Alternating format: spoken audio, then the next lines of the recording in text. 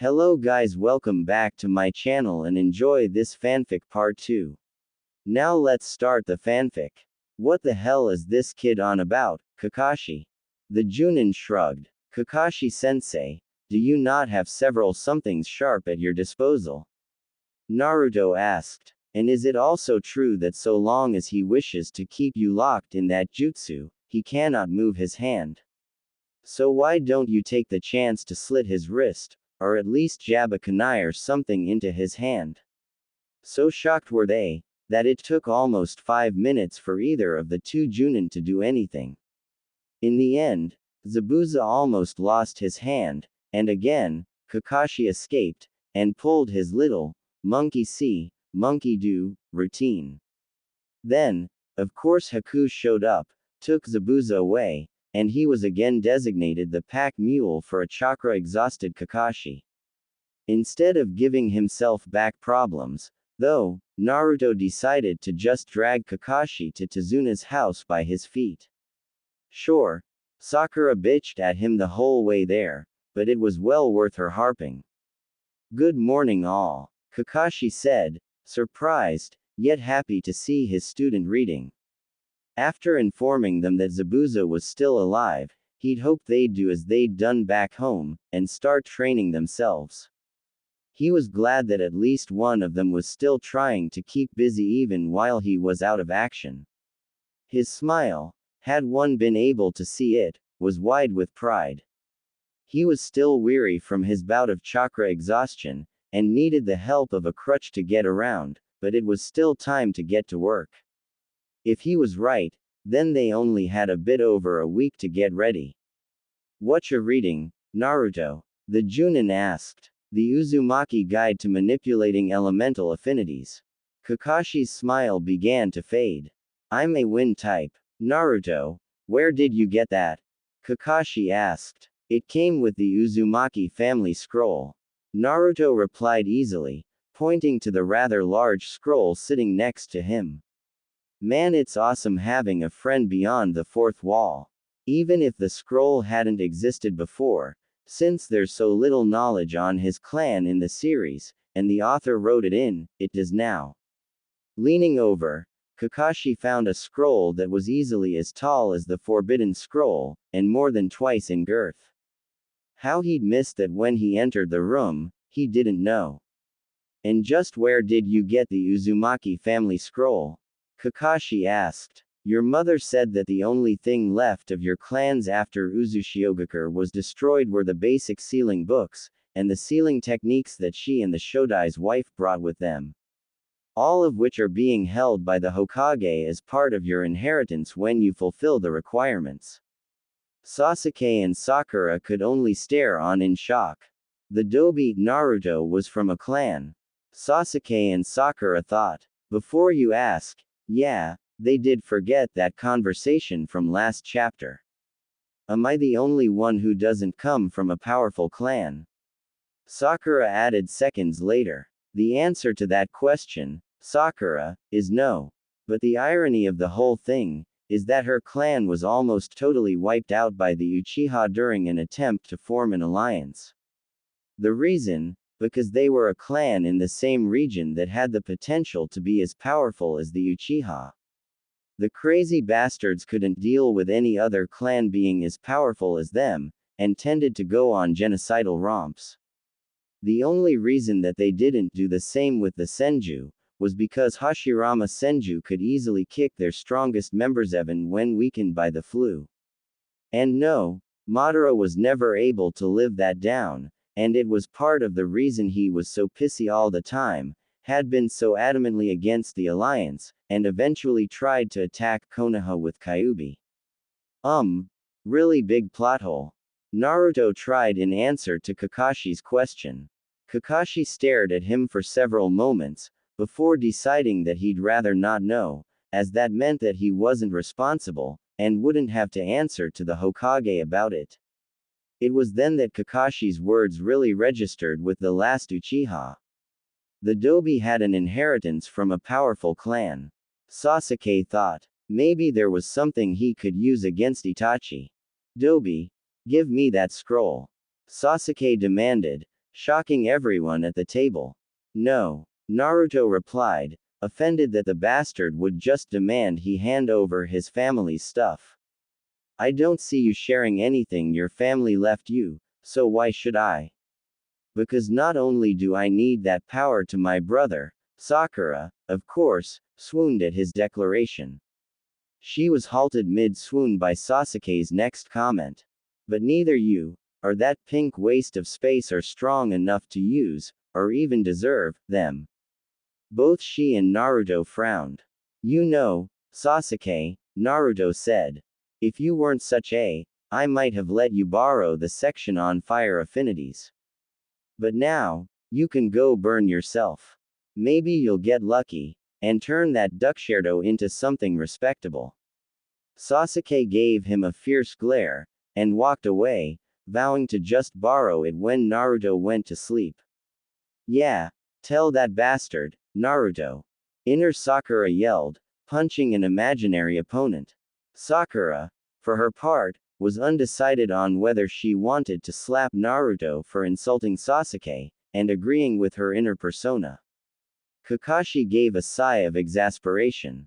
While they'd gotten lucky this time, and normally Sasuke completely deserved it, especially this time, this far too common happenstance was starting to grate on his nerves.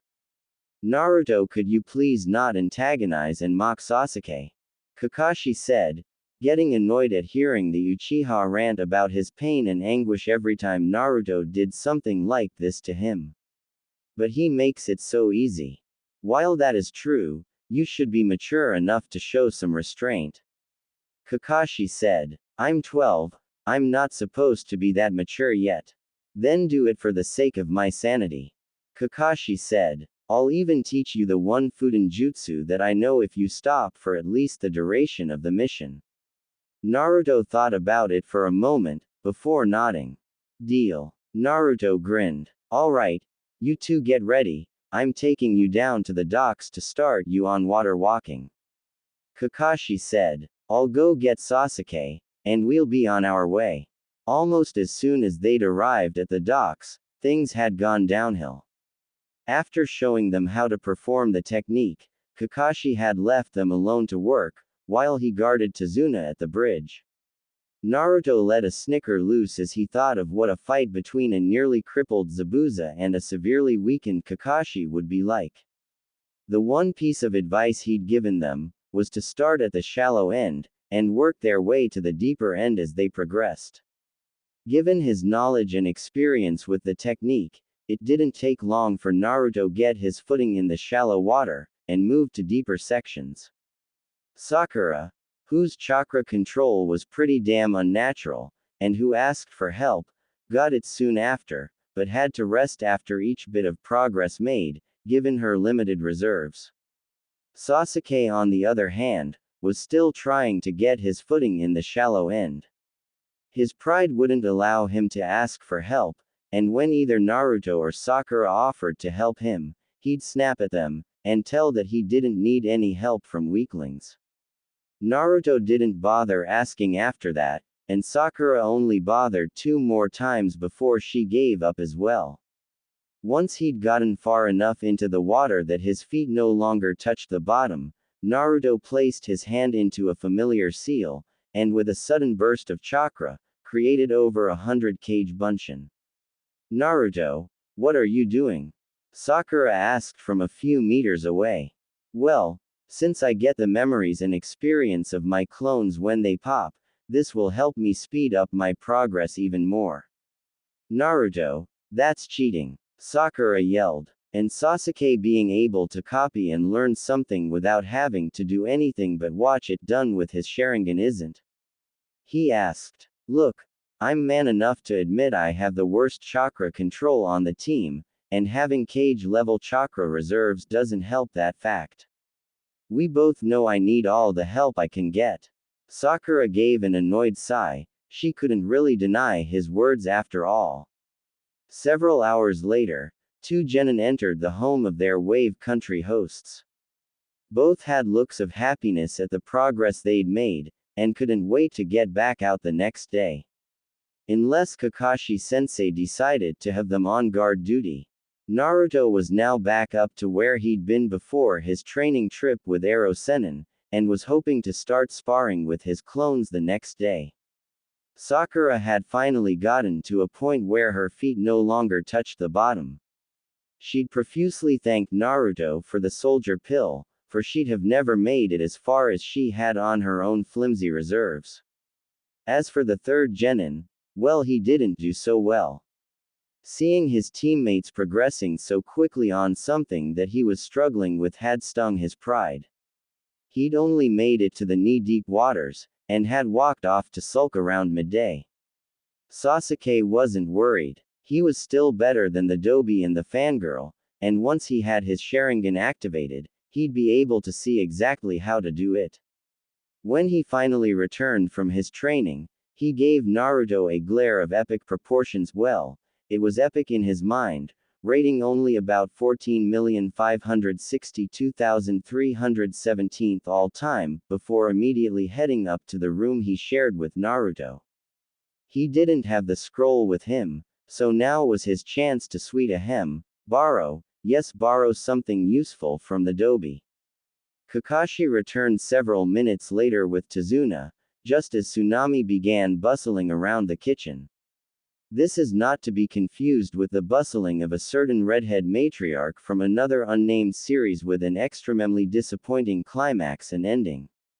No, unlike that other woman, Tsunade used a technique that women like her employed to great effect, and that most often they didn't realize they were using, one I like to call the MILF bustle, and boy did it work for her.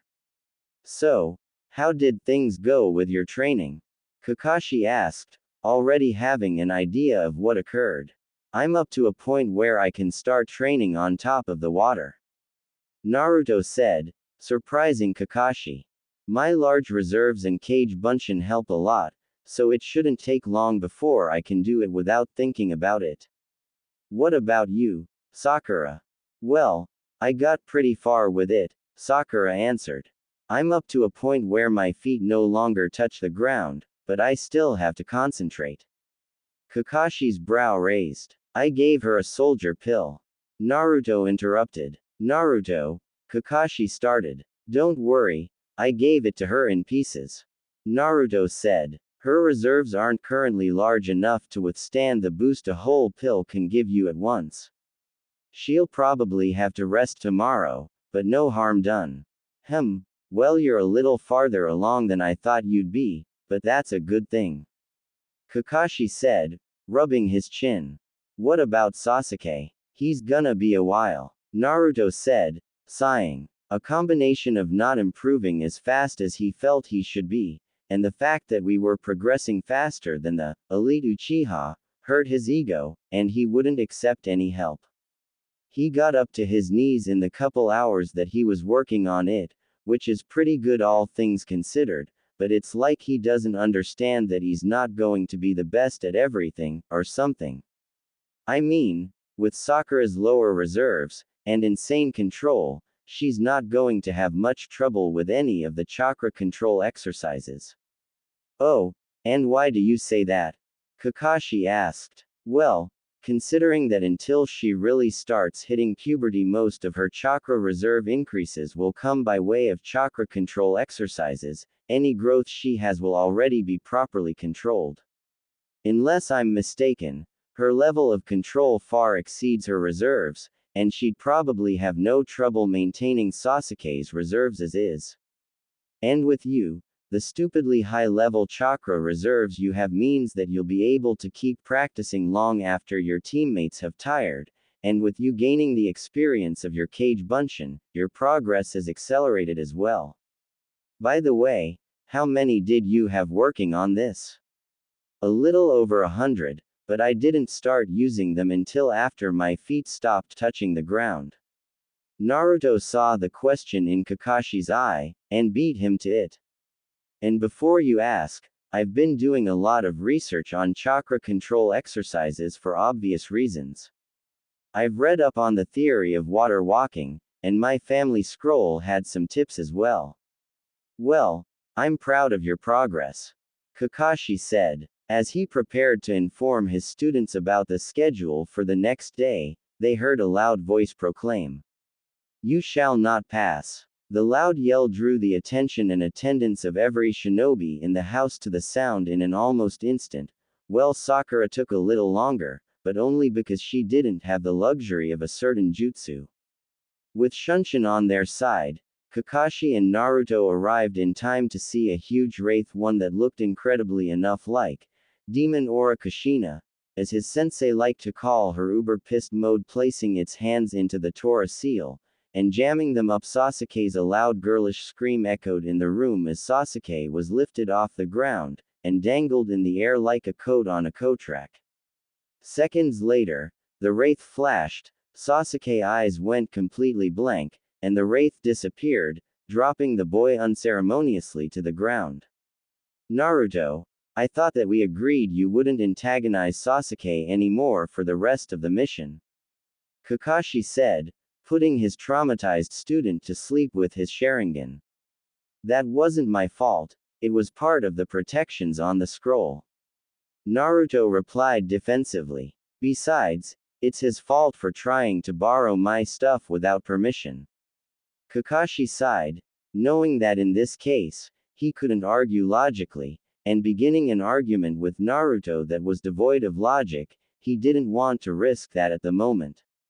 8. Kakashi, Sakura, and Sasuke arrived at the bridge to find it covered in mist. The workers were all lying on the ground, moaning in pain, and the ninja that they had decided was Zabuza's accomplice was kneeling next to one of them, while several of Zabuza's water clones were standing over them. Just as they moved to rescue the workers, specifically the one being accosted by the accomplice, the water clones surrounded them. Kakashi, Zabuza said from the mist. We don't have to do this. Zabuza, you're not going to get me. Surrender to Zuna. Taking a look at his shaking in anticipation student, Kakashi gave an eye smile. Do it, Sasuke, Kakashi said. In a flurry of motion, the Uchiha hated the clones.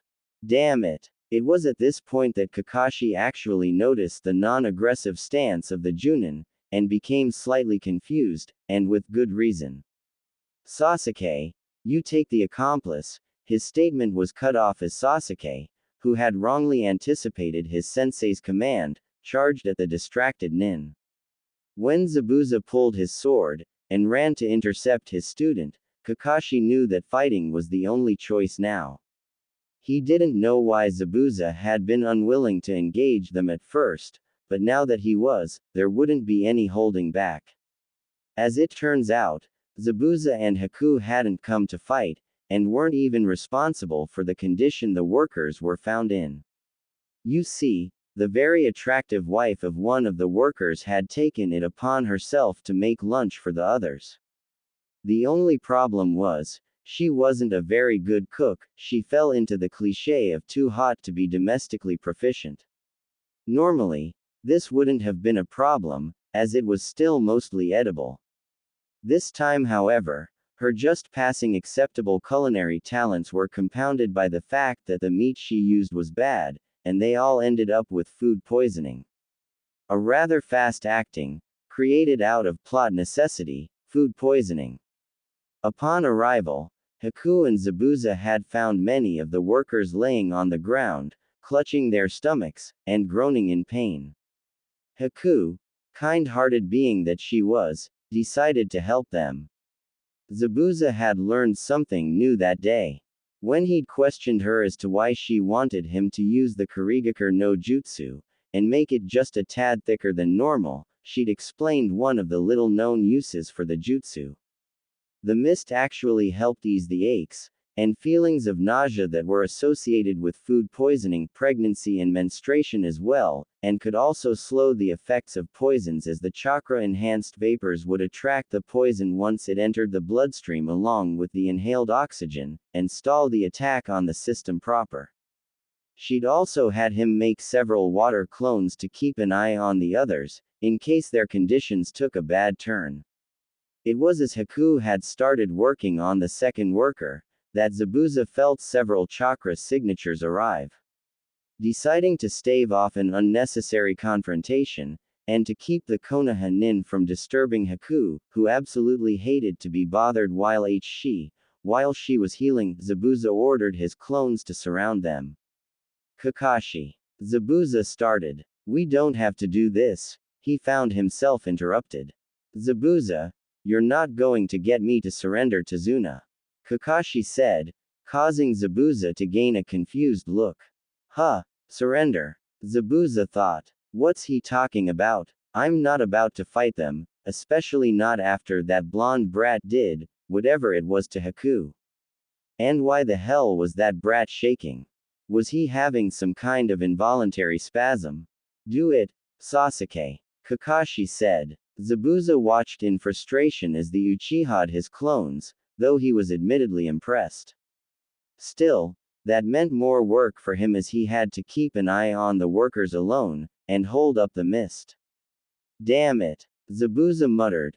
The last thing he wanted at the moment was a fight. Sasuke, you take the accomplice. Zabuza's eyes widened in horror as the boy charged the distracted Kunoichi tending to the workers. As Zabuza ran to intercept the boy about to make a grave mistake, there was only one thing going through his mind. Shit, I hope that little blonde kid doesn't show up. He's going to. Well, I'm not sure, but I doubt I'll like it. For one to realize his reaction, one only had to go back to a couple days ago. 2 days ago, Team 7 was seated at the table with Tazuna's family eating another wonderfully prepared meal. As he ate, Naruto noticed that he was getting on and off glares from his left, and a steady glare from the right. Sasuke was dividing his glare between himself and Sakura, much to the girls' horror, while Inari was focused on their entire team who happened to all be seated together at one end. As Kakashi was going over his plans for their guard duty and training for the next day, he was interrupted. Why do you bother trying? Inari yelled, tears in his eyes. You'll never be strong enough to beat Gato. No matter what you say, you'll just be like everyone else. Yeah, unlike you, I'm not about to be owned by some bastard like Gato. Naruto snarked, amused that the Gaki had cracked much sooner. If he remembered correctly, Inari hadn't gone on this rant until after he'd met Haku. Shut up, Inari yelled, the tears now falling. You don't know anything about us. You're always smiling and being happy. None of you know how hard life can be. Naruto and Sasuke immediately stiffened, the latter glaring, and had anyone been able to see beneath his mask, they'd have seen Kakashi's mouth form a thin line. Tsunami-san, Tazuna-san, I hope you can forgive me, but I can't take it anymore. Naruto said, standing and appearing suddenly behind Inari. The boy gave out a loud cry of anguish when he was suddenly lifted 3 feet off the ground by his underpants. Naruto turned the boy so that he could look him in the eye. Since my teammates and I have grown tired of listening to you, from now on, I'm going to do this every time we're forced to listen to you whine. Naruto said, you're not the only one who's had a bad life, you little brat. Have you ever had someone you cared about or trusted try to you like me and Sasuke? Inari shook his head, then it up, and stop being such a big baby.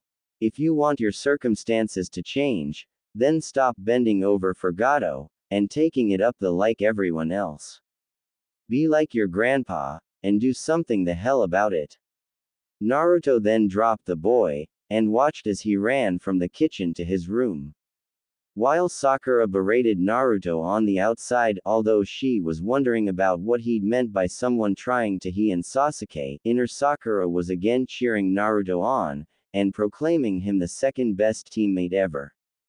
It should be noted that the sign she held up that detailed the difference in awesomeness between Sasuke and Naruto showed a much smaller gap than the time before. NB would like to take a moment to question this girl's sanity, considering that just a couple days prior, she'd been angry at Sasuke for calling her a waste of space. Naruto, Kakashi began. Don't bother, Kakashi-sensei. Naruto interrupted. I know what you're going to say, and even if you are right, I'm too annoyed to care at the moment. I'm going out. Don't wait up.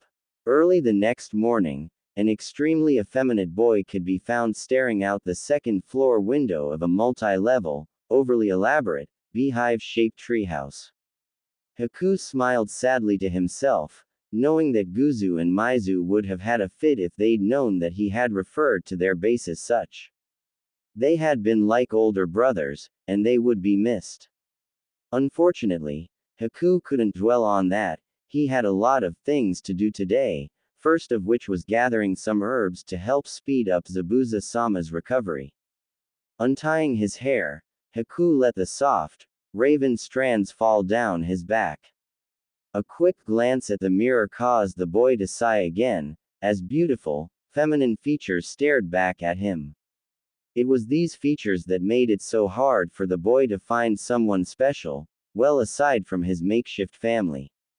Now, one thing to realize about Haku was that he didn't necessarily swing both ways, more like he just didn't have a true preference.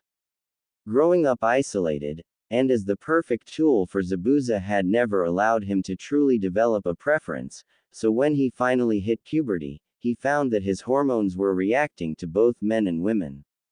Unfortunately, he hadn't had much luck in the social life area with either gender, even when Zabuza did allow him time off to try. With women, he always found himself attracting the attention of beautiful, but shallow girls.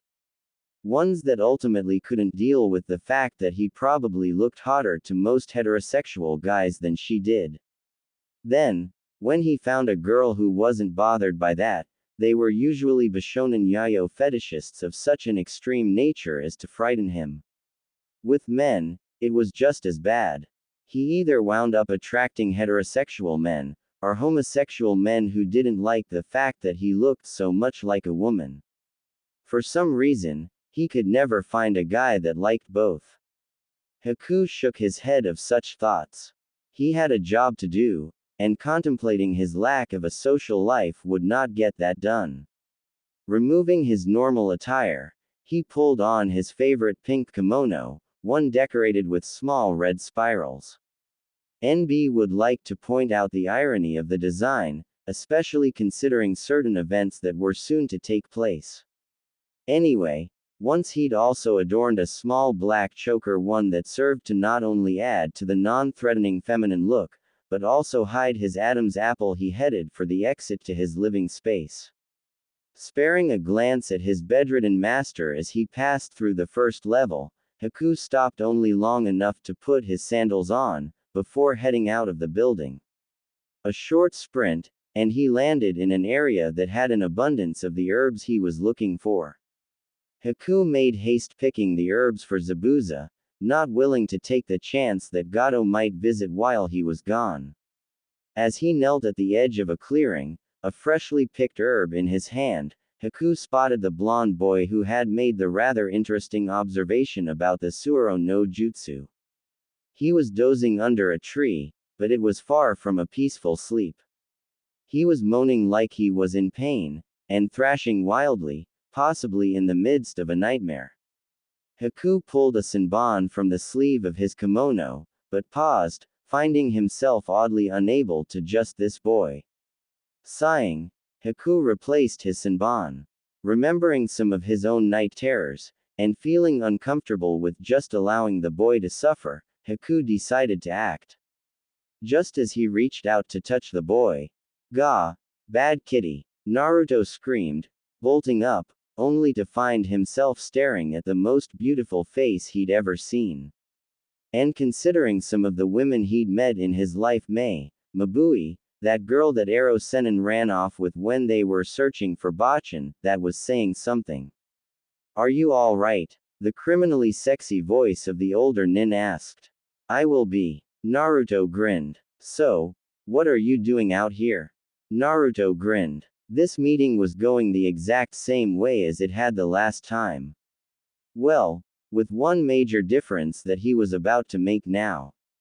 "You're really beautiful," Naruto said. "I wish I could have a girlfriend as beautiful as you." "Hey, You wanna be my girlfriend? Haku sighed. Another relationship request, and yet another handsome potential suitor he was forced to turn down, he just couldn't catch a break. And while he knew that being Zabuza's tool meant that he lived his life for his master, that didn't mean the man was so cruel as to deny Haku a social life. Well, to an extent, anyway, should he find one. It was times like this that Haku really hated being a boy with the petiteness and facial structure of a beautiful woman. Why couldn't he have just been born a girl instead, or even been given feminine curves? At least then he could have gotten implants, and passed himself off as an unlucky futanari. There were a surprisingly decent number of guys who were into that. But alas, he was all male, and unfortunately the young man in front of him didn't give off the I swing both ways vibe. I'm flattered, Naruto-kun, but I'm a boy, Haku said, smiling sweetly. Naruto remembered all of the fics he'd read where Haku was really a girl pretending to be a boy, and ended up his lover, pseudo-sister, or tool, sex toy, oddly enough at her own insistence in most cases. Sadly, his nose told him that his Haku really was a boy, at least for now. No point in letting such beauty go to waste.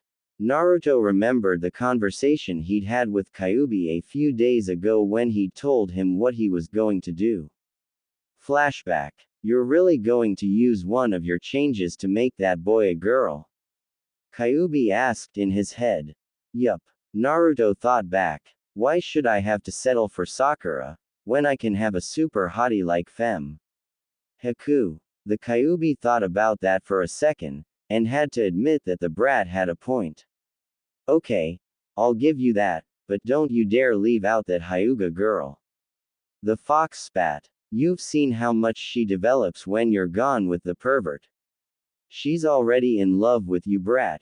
You better claim the tan bosom, or I'll personally make things very difficult for you. Hello, have you been paying attention? I already plan to marry Hinata someday if she'll have me. Naruto said. But I'm gonna wait until after my training with Jiraiya. She's way too adorable right now, and I'd feel like a dirty old man taking advantage of an innocent little girl. You're only 4 years her senior as it is, brat. The fox grunted. Even mentally. That's true, but even if I were the same age as her mentally, I'd still feel that way. The Kyuubi gave an infamous Uchiha grunt. After all, the fox completely understood what the brat meant. The brat better not wait too long though, that was how he'd lost that cute Uzumaki girl to dorky Makuti. 1. Flashback end. Nah, you're a girl. Naruto argued, just as he'd planned. A really pretty girl. Haku gave him an odd look, before sending pity his way. I'm sorry, but I am a boy. Haku reiterated, causing Naruto to frown. It's alright, others have made that mistake as well. Naruto gave the boy, yeah right, a glare.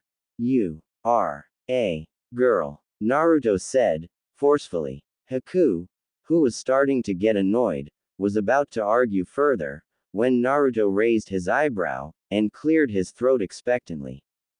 Haku's words of declaration of his masculinity, snicker, were cut short as a pair of perky B-cups, topped with even more perky nipples, sprouted on his chest.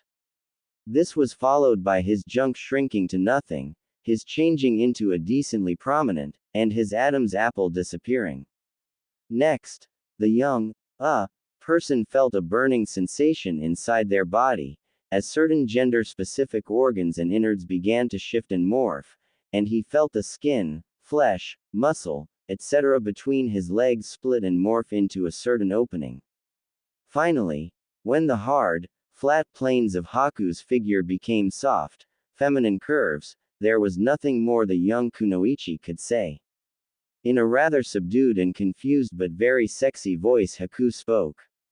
I'm a girl. Haku, who'd noticed that her normally soft, husky voice was now quite sexy, finally admitted to herself. And a very sexy one at that. Naruto replied, making her blush. Now, Take me to your boss, I need to tell him something. Still shocked and confused as to how she'd gone from a boy to a girl, Haku just went along with the order. The short trip was made in silence, and when the pair arrived at the small hideout, Haku entered first. As soon as the door opened, Zabuza spoke up. Haku, good you're back. He said. We need to start getting ready for, huh? Zabuza paused as he looked up. The mist nuke nin blinked, then again, then a third time, before settling for a look of confusion. I'm a girl, Haku said, still somewhat shocked and confused herself. Though if she were really honest with herself, this would make things much easier for her love life. I see. Zabuza answered. He was about to ask how it happened, but then decided he really didn't want to know. Though it was extremely creepy, having a hot female tool was a lot easier to deal with than having the undisputed idol, too, of Bishunin tools. Of course, that also meant that he'd have to deal with monthly cycles, screwed up hormones, emotional inconsistencies, and threatening dates, if she ever managed to get one. A wide grin actually spread over his face at that last thought. Maybe he would finally get the chance to threaten a date with Haku like this. Ringo 3 had always bragged about how fun it could be.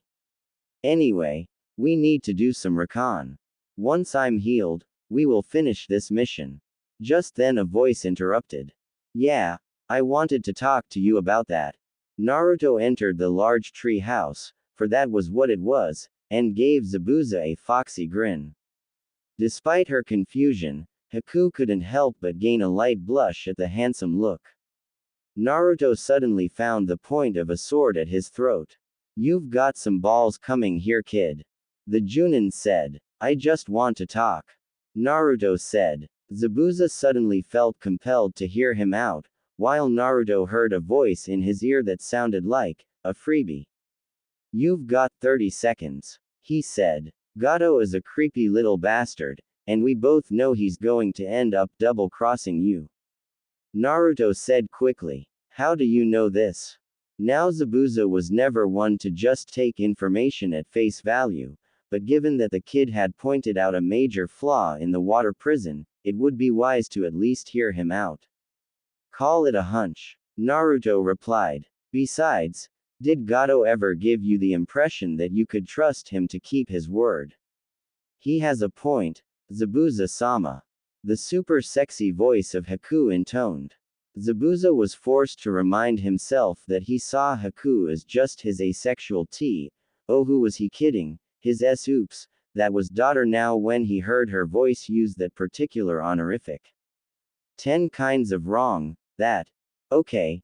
Give me a good reason why I shouldn't, you kid.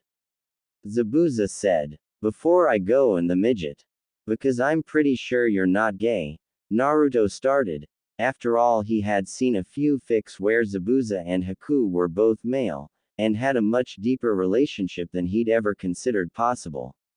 One that would have had Sakura with a mask like Kakashi's made of blood.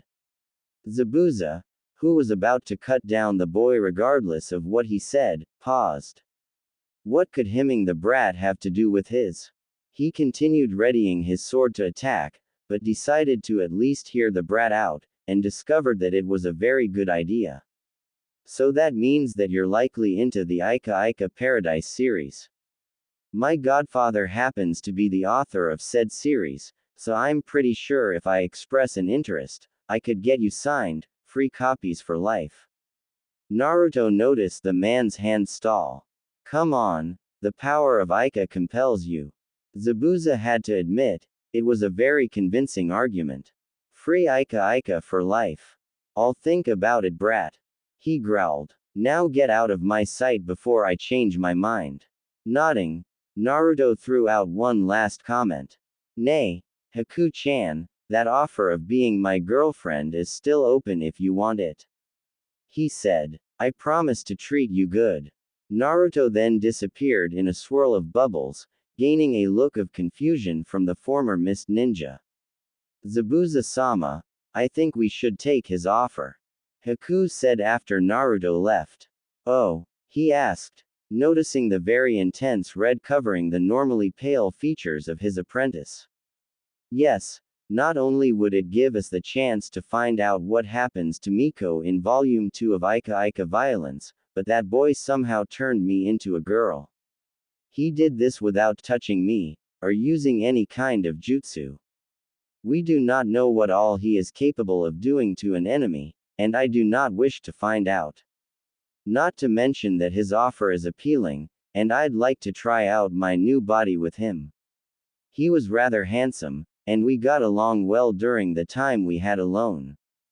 Zabuza thought about both points his daughter, it was daughter now the points his daughter had made.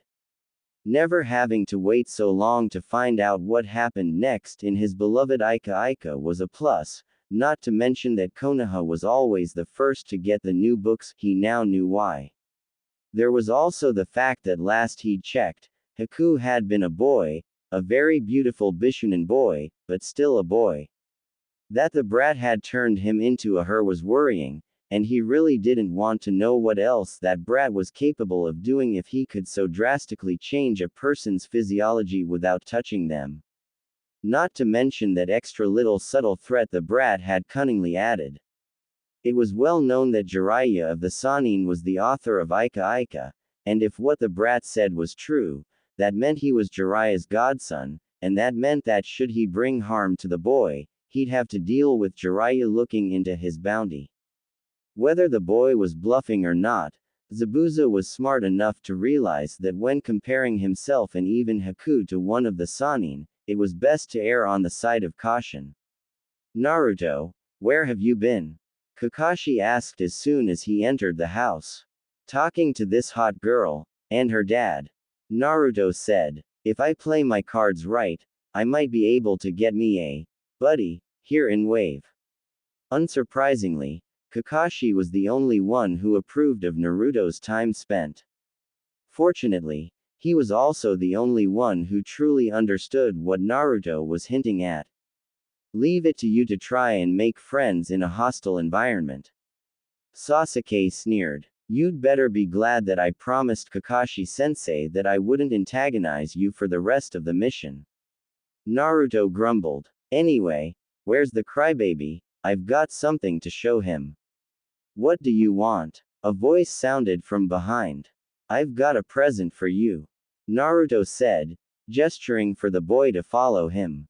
Half an hour later, Inari came back in, not quite happy, but less solemn than he'd been. Inari-kun, where's Naruto? The boy's mother asked. He went to do some more training. The boy responded. Much later that evening, Naruto returned with a smile on his face. His training had been very fruitful. While he hadn't quite gotten the pure Fudan manipulation down, he was making progress, and had already gotten the jutsu Kakashi had finally showed him down. Naruto had left a small area full of trees looking the worse for wear, and was completely exhausted. Present day. Now, before we get moving, for anyone who is interested, Naruto's heroic rescue of Tsunade and her son was far less impressive than normal canon.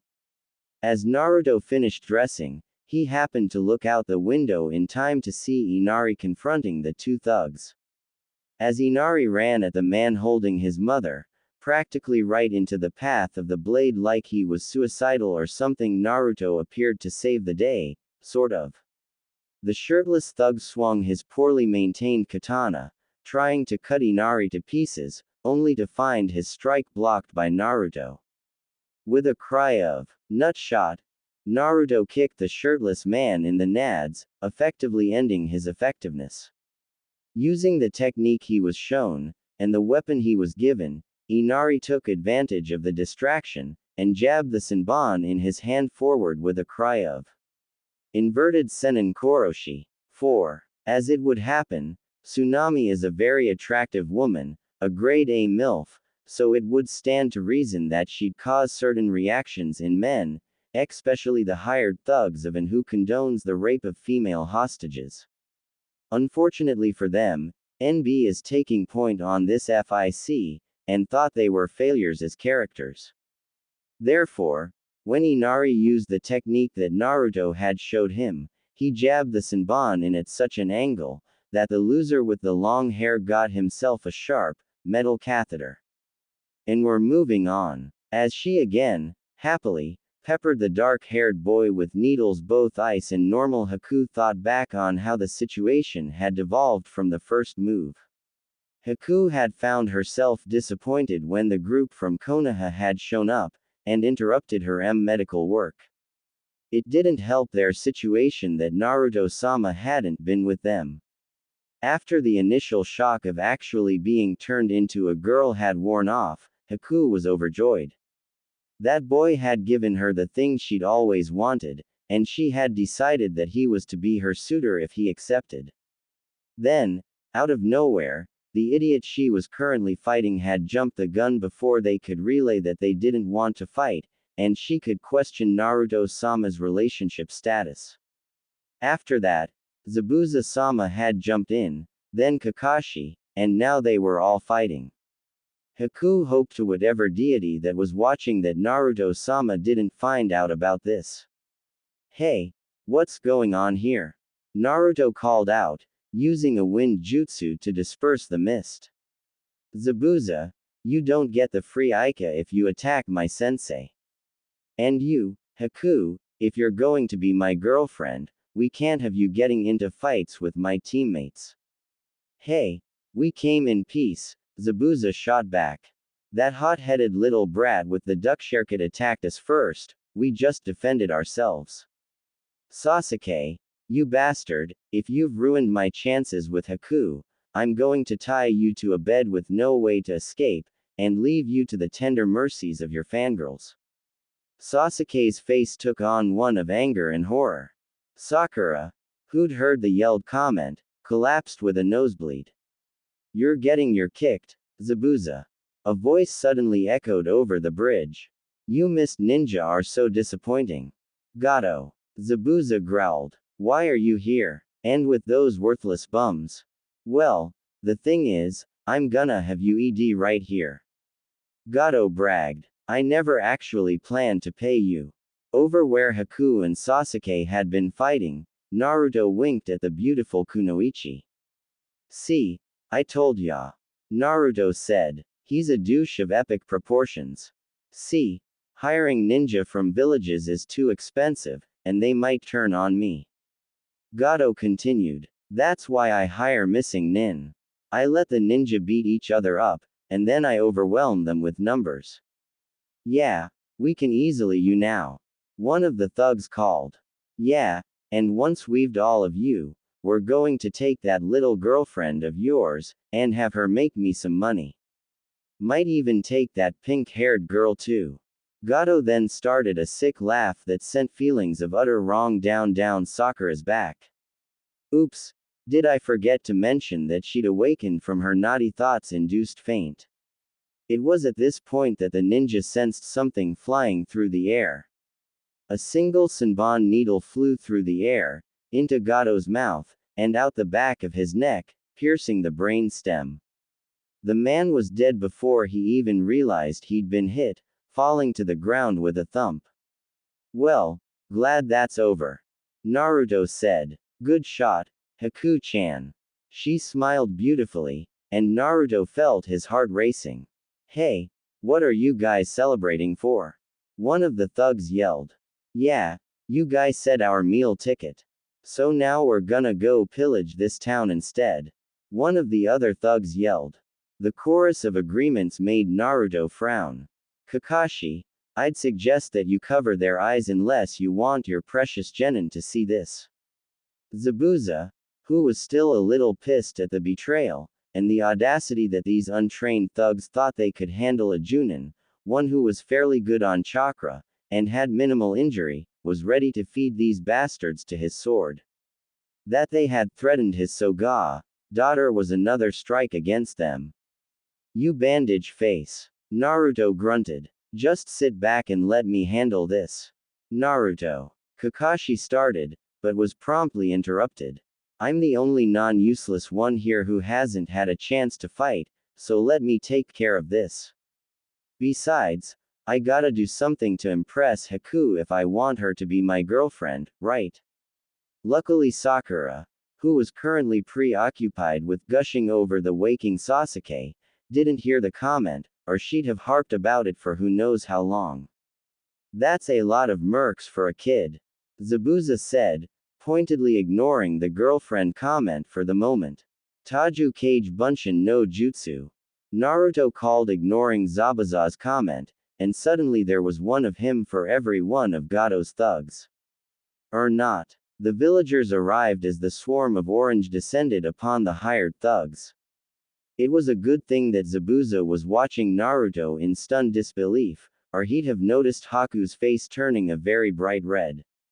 A little less than a week after the battle, the members of Team 7 sat around the dinner table with Tsunade, his family, and a pair of new guests. One of said guests had just ground all conversation to a halt with a single, simple answer to a question. They were all waiting for dinner to be brought to the table, all famished from a hard day's work on the bridge, well, all but one, and that was only because he still hadn't mastered the water walking exercise. He still stubbornly refused any help offered, and his attitude was further compounded by the fact that a few meters away, a couple dozen clones were all sitting on top of the water, their arms covered in leaves. This on top of the 100 or so that Naruto had helping build the bridge, a skill he'd learned in a single day with the help of another 100 or so shadow clones. Anyway, back on topic, the dinner, the conversation, and the screeching halt. What had the kind-hearted young woman said, that had resulted in two Junin with amused, raised eyebrows or eyebrow areas, in one case 3 civilians with shocked looks decorating their faces, one patented Uchiha glare number 31, one Genin Kunoichi's chin getting snuggly with a table, and one blonde with a slightly red face? Well, before that, let's go back just a tad bit further to find out what led to the question that received the answer. Nay, Haku-chan, Naruto started, getting her attention. Have you given any thought to coming back to Konoha with us? Hi, I have, Naruto-sama. She replied. If it is all right with Zabuza-sama, then I would be happy to make Konoha my home. Since when is the dobi, Naruto-sama? Sasuke growled. Not that I agree with his tone, I'm a little curious of this myself, Haku. Zabuza said. I have decided to address him as Naruto-sama for 2 reasons. Haku said. First, I have grown too used to calling people I'm fond of by that honorific. While Guzu and Maizu were like brothers to me, you have been the only person in that position for most of my life. Zabuza nodded. The second reason is because of what he did to me. That kind of power, whatever it was, deserves to be respected, as does its wielder. And what is it that he did to you? Kakashi and Sakura asked at the same time. One with an amused, yet somewhat fearful, curiosity, the other a note of hostility in her voice. He made me a woman, was Haku's simple answer. And that, folks, is how, with a case of massive double entendre, she ended the conversation at the table. Kakashi had a look of immense pride on his face. Sakura gave both Haku and Naruto severe glares. The 3-wave residents gasped in shock, well, 2 gasped, the third just looked confused. The raven-haired, Sharingan brat switched from glare number 31, to Uchiha glare number 64. Zabuza's face took on one of immense amusement, as Naruto's face became beet red. A second later, when Haku thought back and finally realized what it sounded like she said, and what they were probably thinking happened, matched Naruto's redness. An interesting note point is that she made no attempt to correct the perverted thinkings of the others, further amusing Zabuza. Another bit of random trivia was that Zabuza was inwardly frowning. His plans for intimidating Haku's future dates and boyfriends had gone down the drain when he realized that his daughter had intentions for the blonde. With everything he held over the man, there was nothing he could do to the blonde. The fact that he could not only hold the precious Aika hostage, but he also wielded that unknown power pretty much crushed any fear he might be able to try and garner. No way that Dobi could have before me, Sasuke muttered, and she even called him Naruto-sama afterwards. There were several amused stares at the Uchiha, and Naruto couldn't help taking advantage of the opportunity he'd been given. Ah, are you angry 'cause the pretty girl called me Sama, and not you? Naruto teased. Maybe if your hair didn't look like a duck's, she'd have picked you instead. The look on Haku's face was very telling as to what she thought of that statement. As Sasuke finally snapped, and tried to bodily tackle his teammate, Naruto formed a handseal, and disappeared in a swirl of duck feathers, further adding insult. Naruto, Kakashi started, before a clone popped in. Boss wants me to tell you that's the last time, promise. The clone said, well, the last time till we get back inside Konoha's gates. If you will excuse me, I am going to go take a bath. Haku said. Yes, a nice long bath was in order. Now that she had the chance, Haku planned to fully familiarize herself with her new body, well, the stuff that she didn't need a book, or to cut herself open, to make an acquaintance with. And before you perverts even think about it, Haku asked me to inform you it was for completely practical, non-sexual purposes. We begin this portion of our story with a short bit of foresight into demons, and an interesting proposition. It is within human nature to repress traumatic memories such as the one Naruto had experienced with Tora, and the one involving the Hokage's teammates, old people doing things they should have stopped doing a long time ago, and being happy for seeing Alice, whatever that meant. Demons, on the other hand, never forgave, and they never forgot. Now, while a great asset at most times, this was also a double-edged sword, because, unlike humans, demons couldn't suppress traumatizing memories. It was for this reason that the Kyuubi would make Naruto an offer he couldn't refuse. As Naruto prepared to do a bit more Fuden training, he'd been reading about an exercise in his family scroll that was noted as being particularly relaxing. He found himself dragged down into his mindscape, right in front of the cage that held his tenant. To what do I owe the pleasure of gracing your presence? Naruto asked sarcastically, expecting an equally sarcastic, or condescending one in return.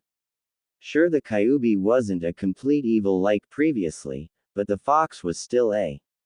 Alright kid, I've got a deal for you. Kyuubi said. Naruto actually took a closer at the fox, for it was never cordial. What he found was a harried-looking fox that looked to not have slept in a very long time.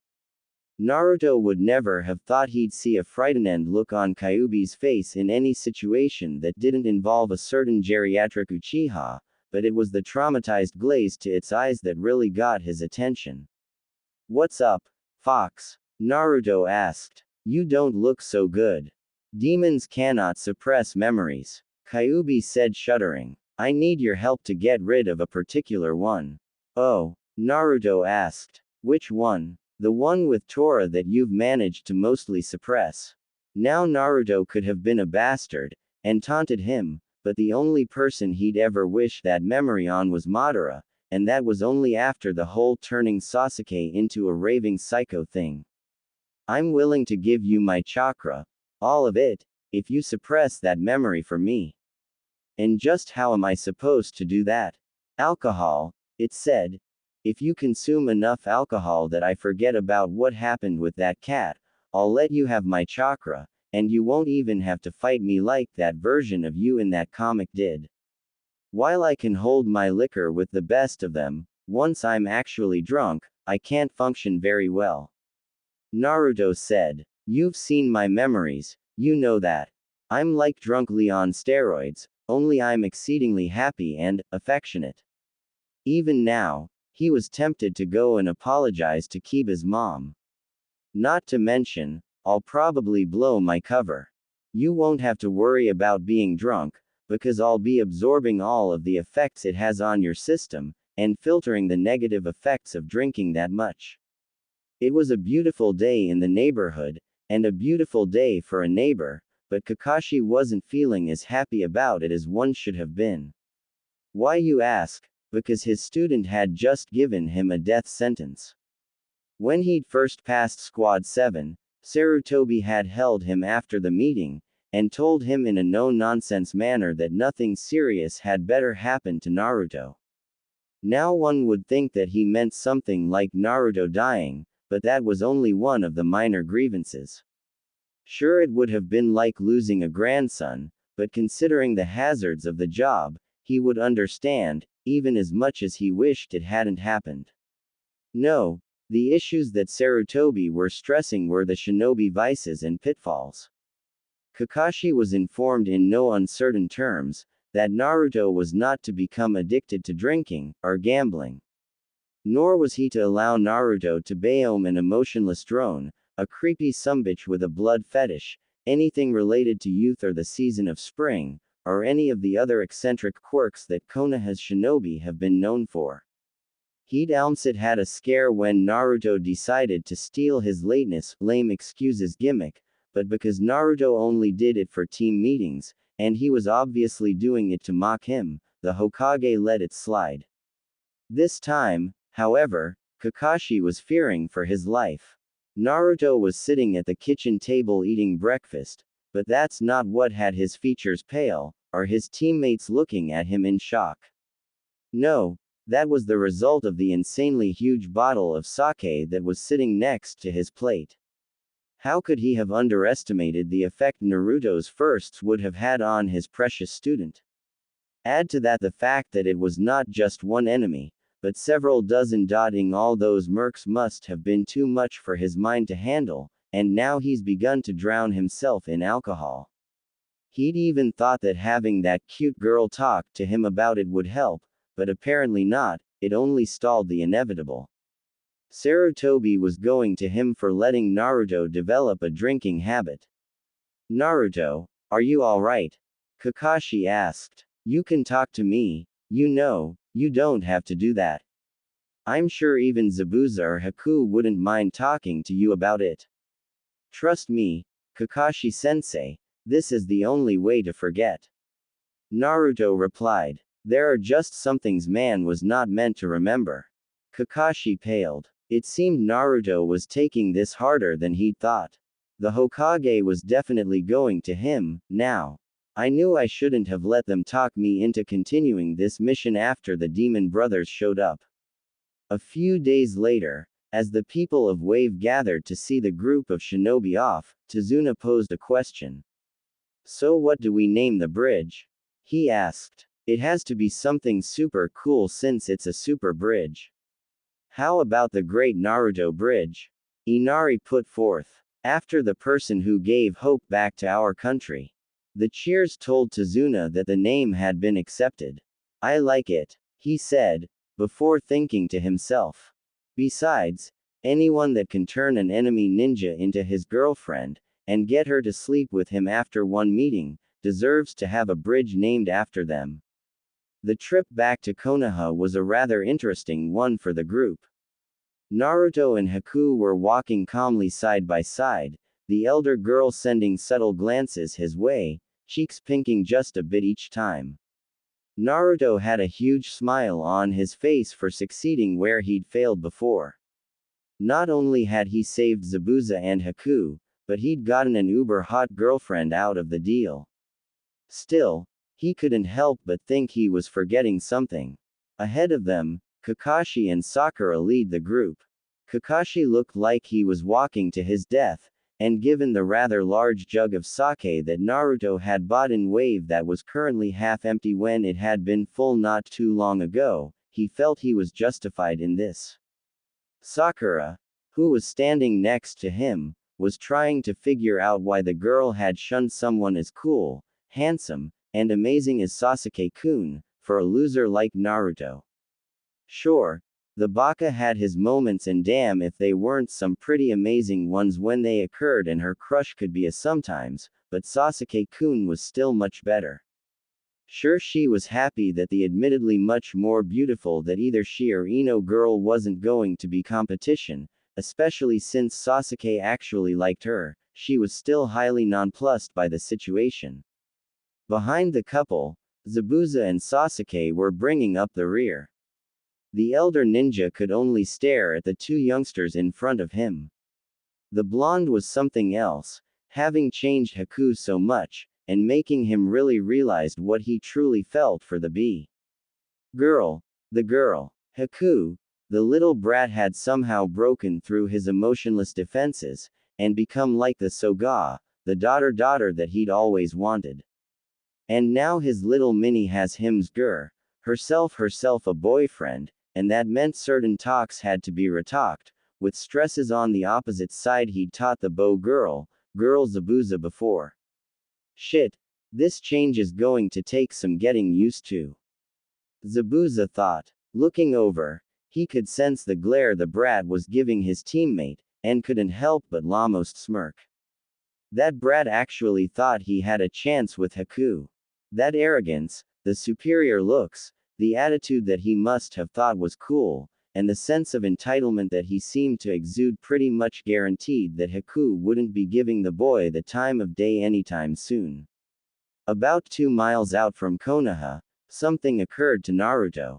Hey, NB, Naruto calls. The Uchiha have an obsession with tomatoes, right? Yeah, NB replied. Well, except for Itachi and Makoto's Pocky obsession, but yeah, most Uchiha prefer tomatoes. 5. Well, since I haven't used it, and it'll go to waste as soon as we re-enter Konoha, I want to use my second wave change to give Madara a severe allergic reaction to tomatoes. That's kind of mean. Naruto saves Konoha from Tora. Travel to wave. Naruto finds his family scroll.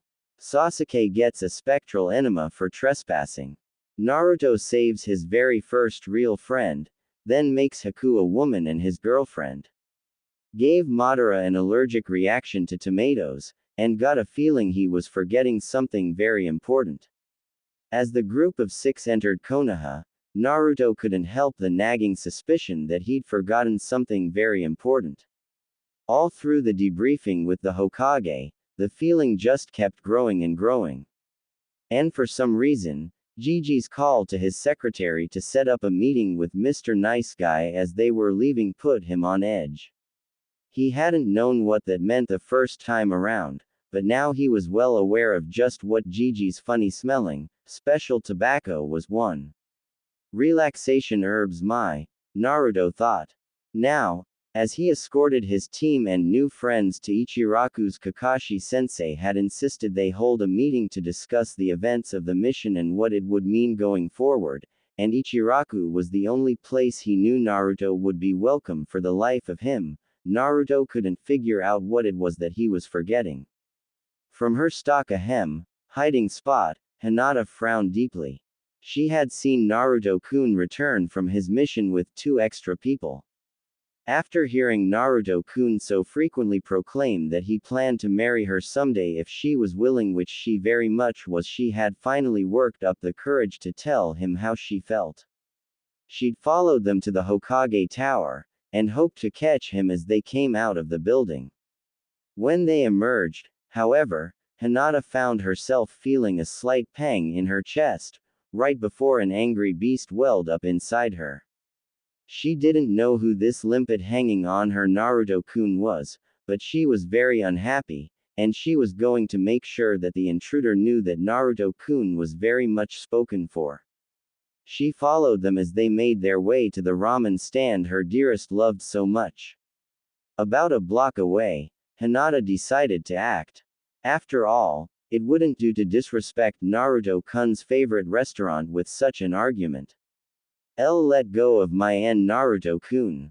Hinata cried out in as loud a voice as she could, which was only about the normal slightly raised voice of anyone else. All at once, Naruto remembered what he'd forgotten, and paled in fear. Of all the things to forget, how the hell could he have forgotten about one of the main reasons, one of the major changes, he wanted to make this time around? Excuse me. Haku asked in an amused manner, sizing up the girl that had just spoken. Oh, so you must be the fangirl that plans to try and separate us.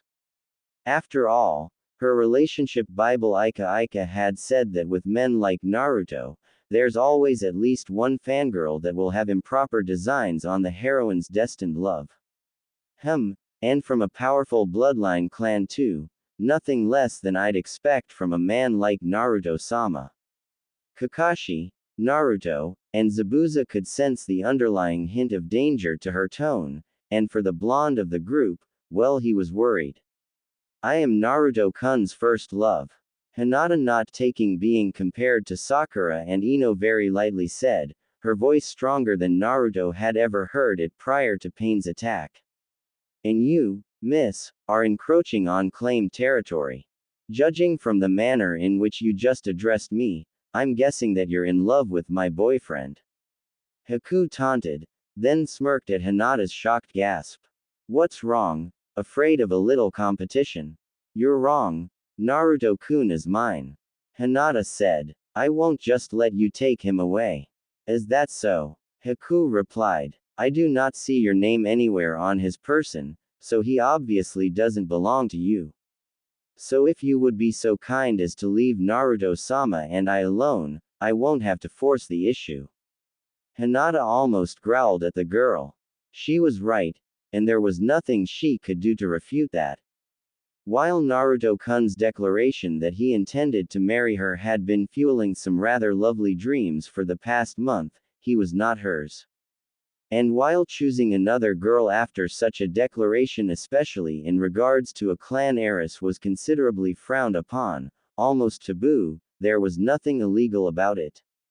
My name doesn't need to be on him, Hinata said, sounding more confident than she really felt. Still, she knew this was the moment of truth.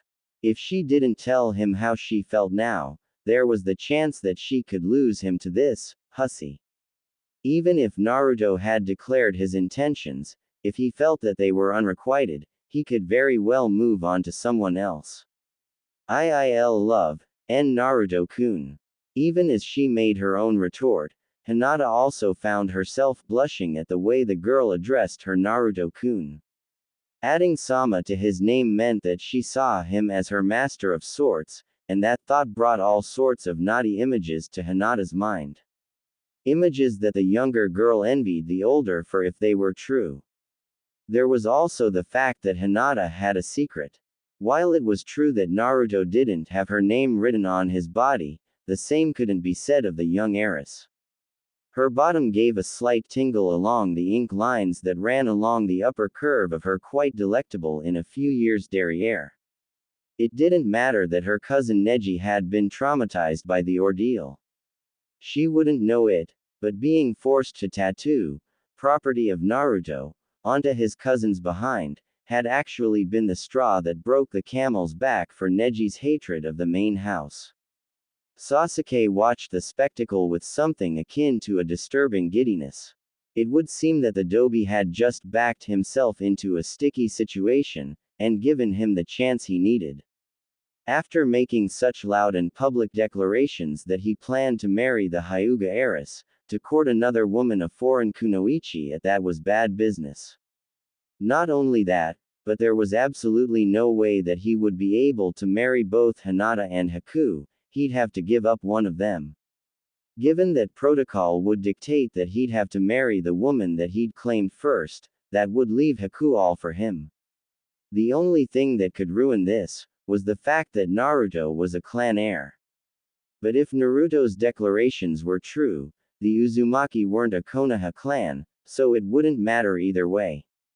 Yes, for only the second time the first had been activating the Sharingan since that man hated his clan, Sasuke Uchiha was exceptionally happy. Kakashi couldn't help noticing that somehow this entire conversation was pretty much ignored by the general populace. Given the types of spats that Sasuke Uchiha's fangirls got in and the fact that it would have already dissolved into a wrestling match, adding to the entertainment, this was pretty tame and boring. Ergo, it wasn't about to garner any attention, at least not yet.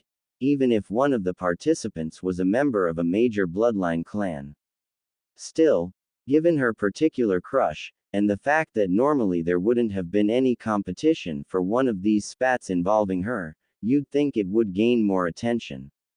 I mean, shouldn't the fact that Hinata had a rival for Naruto garner some interest? Shouldn't people be more curious about just who this new, extremely beautiful young woman fighting the heiress of the Hyuga over Naruto was? Still, Konoha was full of perverts, and the fact that there wasn't any hair pulling or clothes ripping going on like what was common with Uchiha fangirls was probably the cause of that.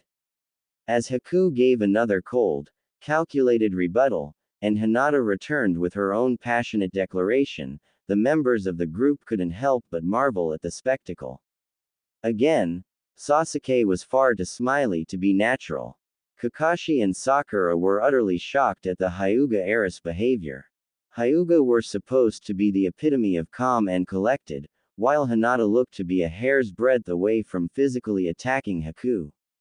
Not only that, but from what they knew of the girl Sakura from being a classmate, and Kakashi from Kurenai's reports to the Hokage, the girl was a perpetual wallflower, and so terribly shy that she couldn't function above basic involuntary physiology around Naruto. Zabuza stared at Haku with something akin to shock, horror, and pride. He was shocked that his normally mild-mannered his daughter was engaged in such a battle of wills. He was horrified that the normally kind child could be so efficiently cruel in her arguments, as well as the fact that she had decided to settle this dispute in public like a civilian. Despite all of that, his heart swelled with pride. Haku had found love, was willing to fight for that love that she was kicking and taking no prisoners almost made him tear up and seemed to have effectively won the battle without having to resort to some of the fangirl tactics that he remembered from his youth. Naruto was frozen in horror as he watched the two women he cherished the most in a romantic way, at least fight over him. Sure, he was amazed and flattered at what the quarrel was about, but having Haku and Hinata hating each other was very near the top of things he wanted the least. Naruto knew he had to stop this before it came to blows, but was at a loss of how he could accomplish that without hurting at least one of them.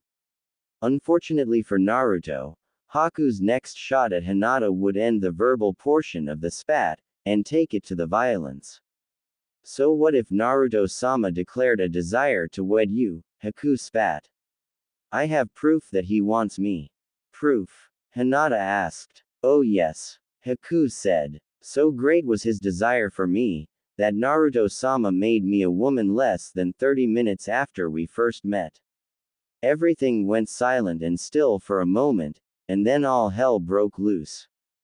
Hinata, face burning red and her Byakugan blazing, leapt at the older Kunoichi with a loud screech of rage.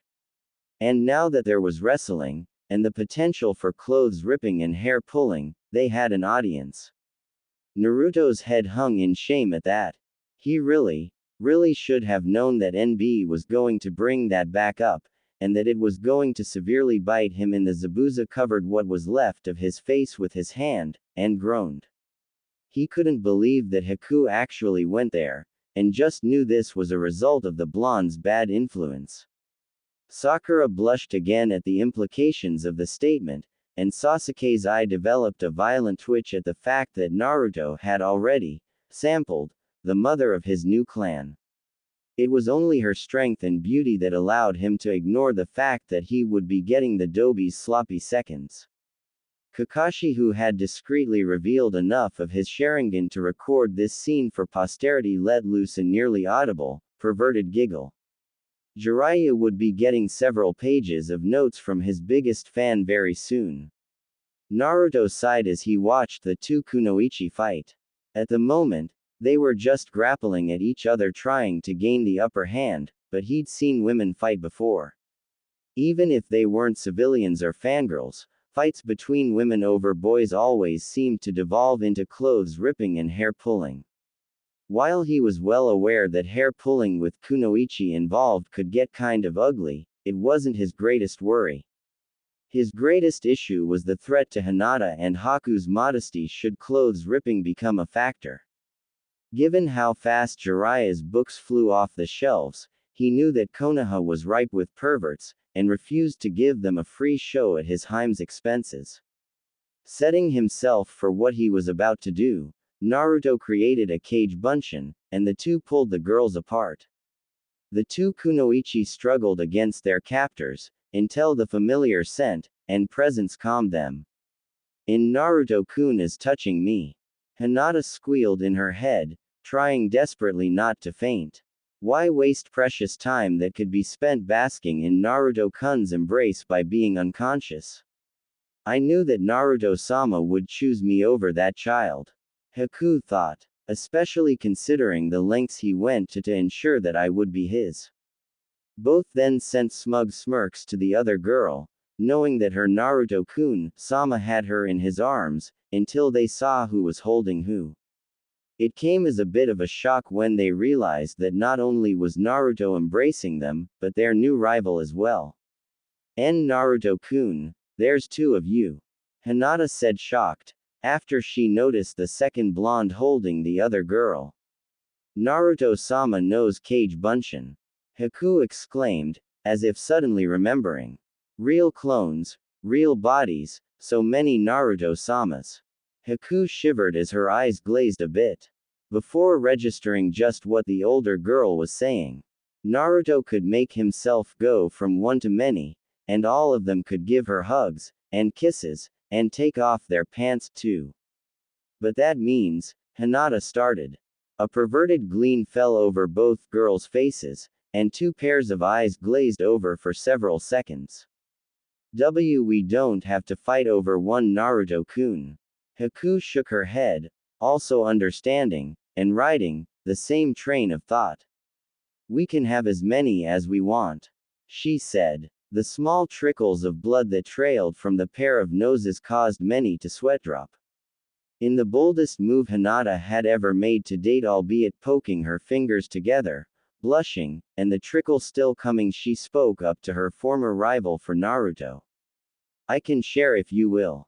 Hinata received a nod, and a beautiful smile from the other girl that made her blush. Now that her thoughts weren't clouded with anger, she could see just how beautiful this girl was, and why Naruto-kun no Naruto-sama would want her.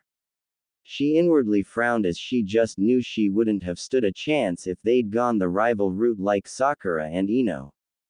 But then she remembered. Naruto had declared his intent to marry her in such a way that the rumor mill had picked it up, and spread it across the village within the hour. Then he had gone out of his way to save this girl from death, and brought her back home. It was obvious that Naruto-sama wanted them both, and intended to keep them both if he could. Hinata's face turned even redder as certain images of her and Naruto-sama involved in things that the new honorific insinuated. She turned even redder as certain images of her and Haku doing things on the orders of Naruto-sama, and Naruto-sama watching them, surfaced in her mind. She turned even redder and almost fainted as the images of what Naruto-sama would likely do to them both after watching them do things together flew through her brain. Hinata was shaken from her thoughts when Haku grabbed her by the hand, and began leading her back towards the Hokage's office. "Come, Hinata-chan," she said. "We must go to the Hokage, and officially declare our intentions for Naruto-sama before someone else gets wise, and tries to take him from us. We cannot have his babies if someone else takes him, right? Hi, for Naruto-sama." Hinata replied, blushing at the shivers actually speaking the new honorific sent through her entire body. Turning to his team, Naruto raised an eyebrow. "Okay. What just happened?" The blonde asked confused. "I think you just got a small harem," Kakashi said, very proud of his student. He couldn't help shake his head realizing he should have seen this coming.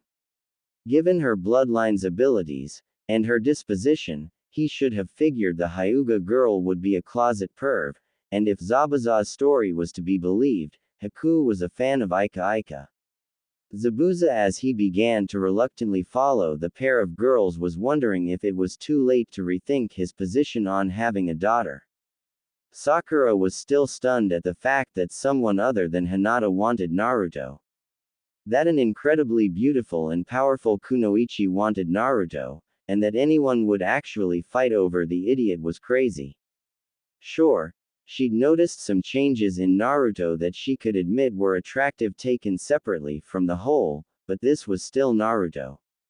The Pinkett was also trying to figure out why she was so angry at the fact that someone other than the class pushover had taken an interest in Naruto.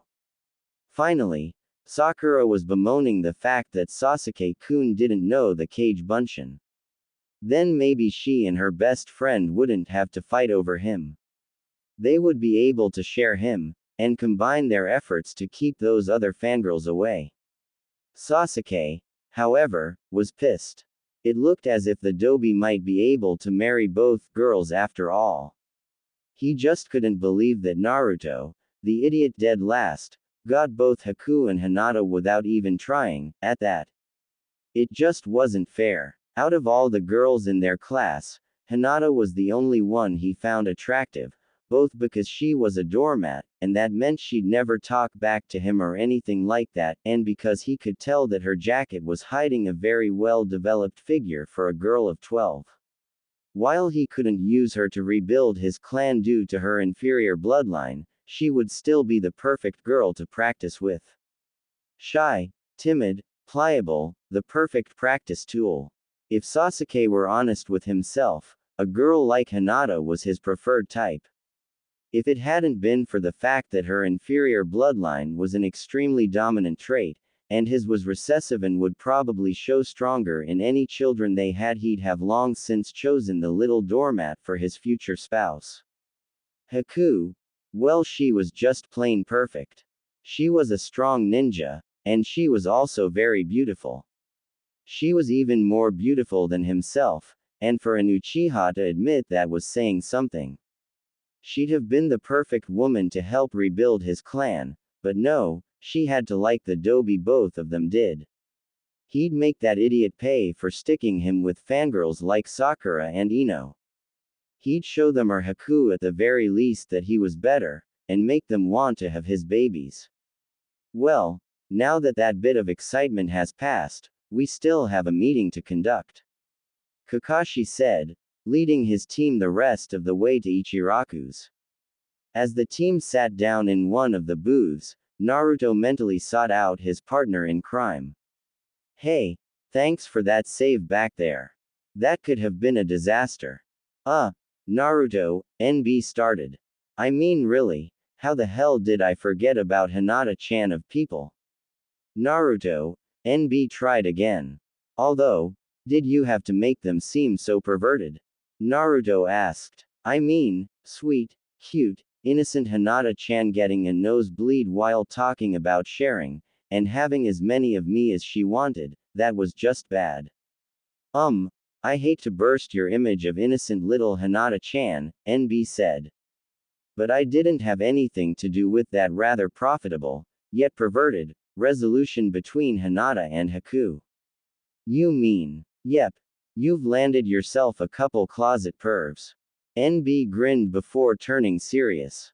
Although, considering one is an Ika fan, and the other can see through clothes and could never be near you without blushing and fainting.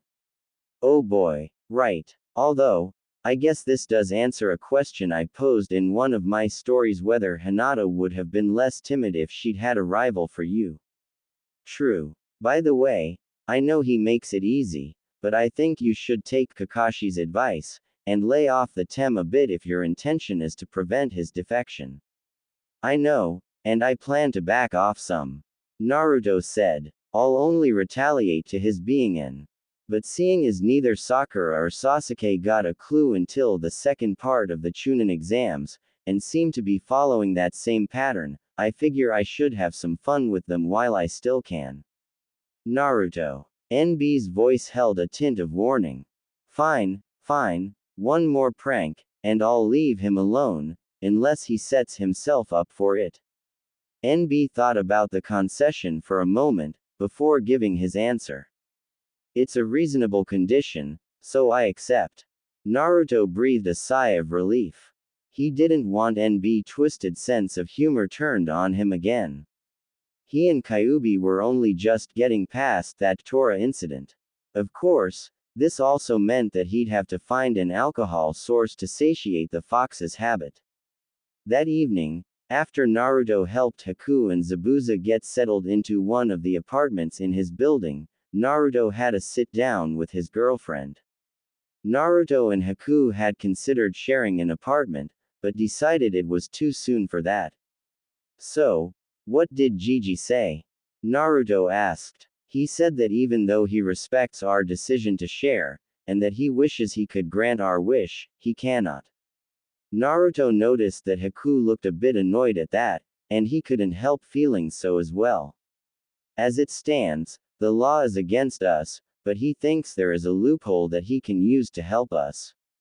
Oh, well, that stinks. Naruto grumbled, knowing that he couldn't realistically choose between Haku and Hinata. Well, we'll figure out something. In the meantime, how good are you with drawing seals? Fairly good. Naruto handed her a piece of paper. What's this? A training seal. Naruto said. It'll put a type of pressure strain on my body that will cut my physical capacity in half.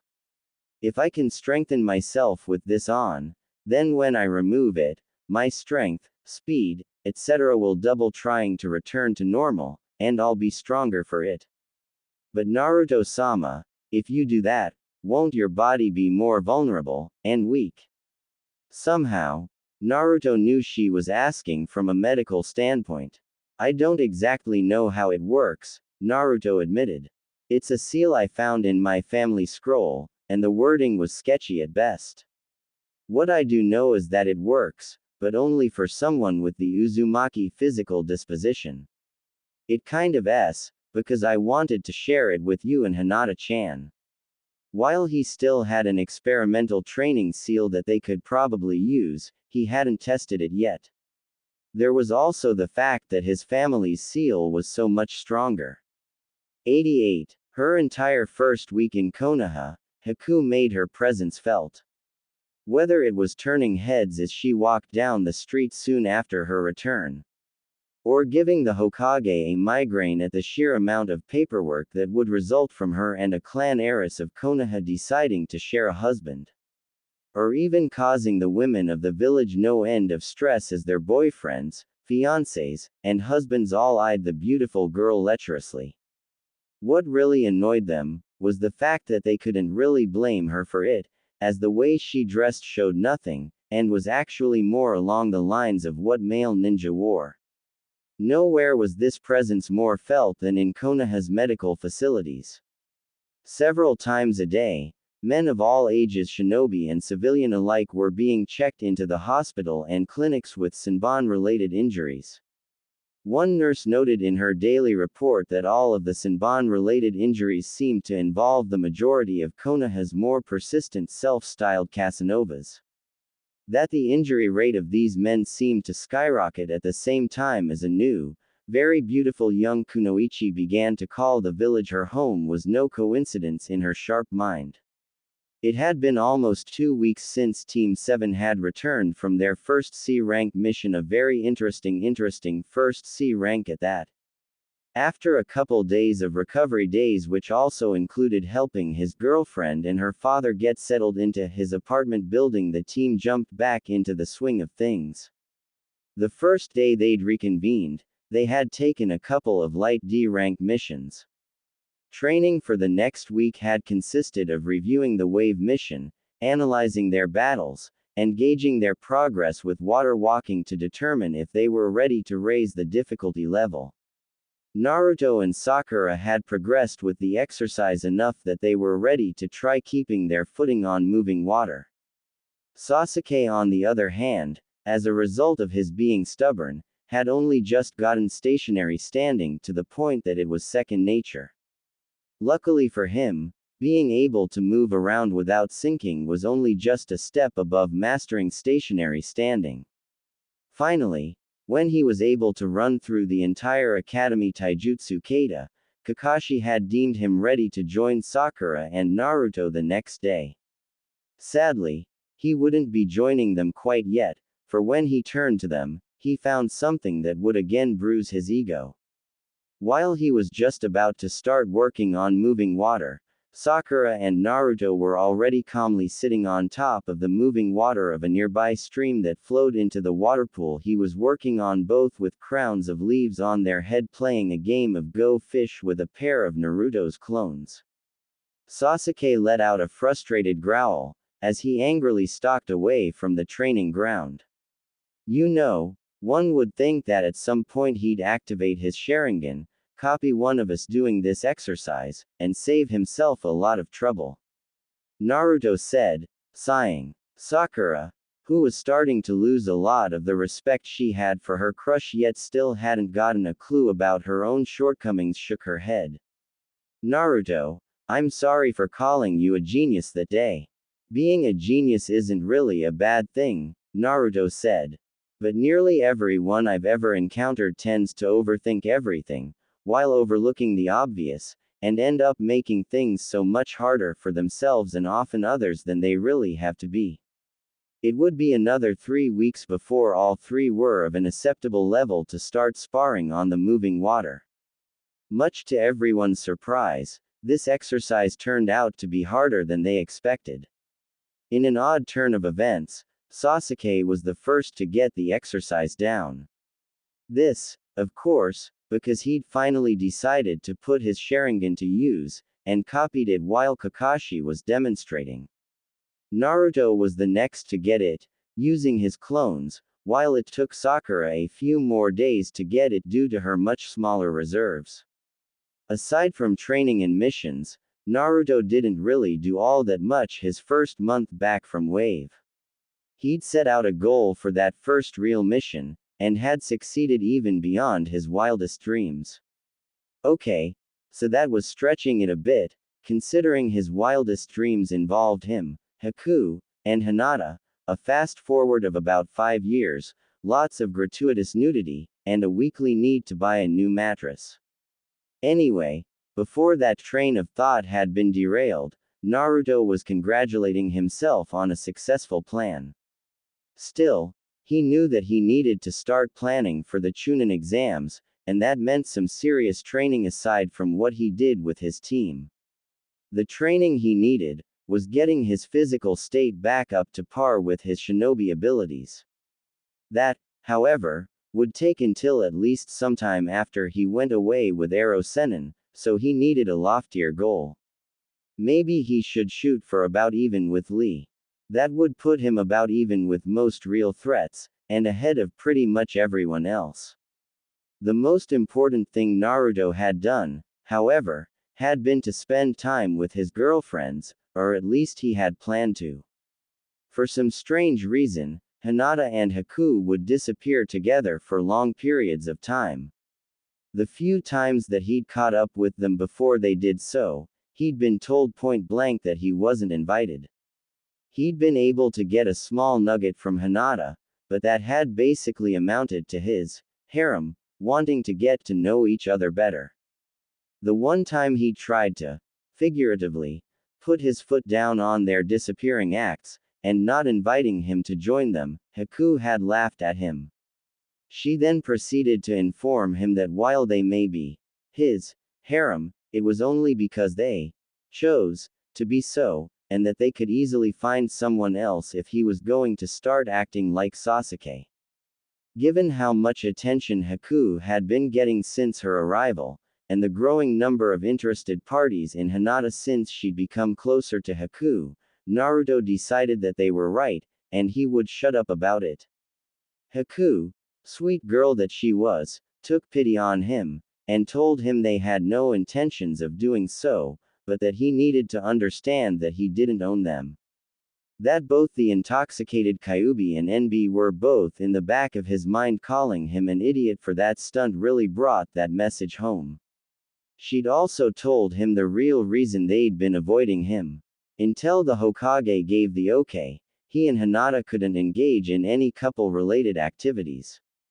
It wasn't fair that she could, and the young heiress who'd loved him for years couldn't, so they would both wait until they could. Reluctantly, Naruto agreed to the decision, but that didn't mean he had to like it. Month 2 in Konoha turned out to be a bit more interesting.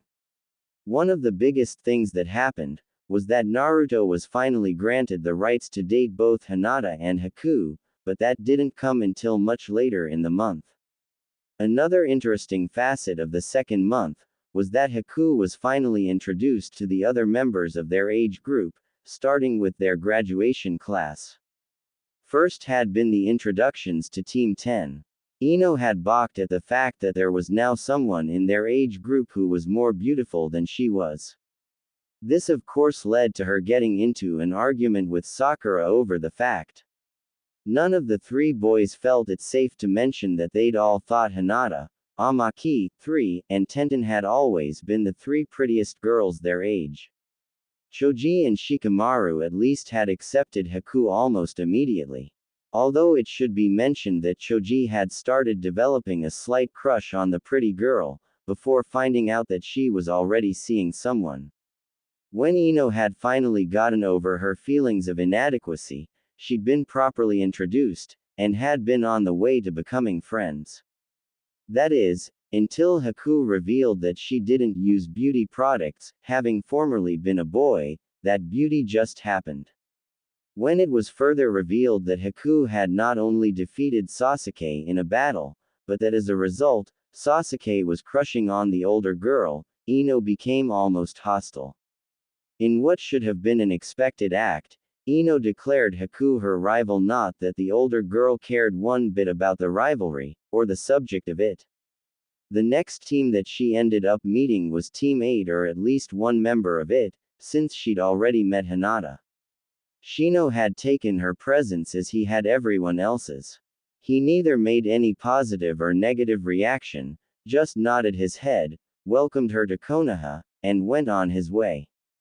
Hinata had wanted to introduce Haku to her other teammate as well, but Kiba had had a bit of an accident.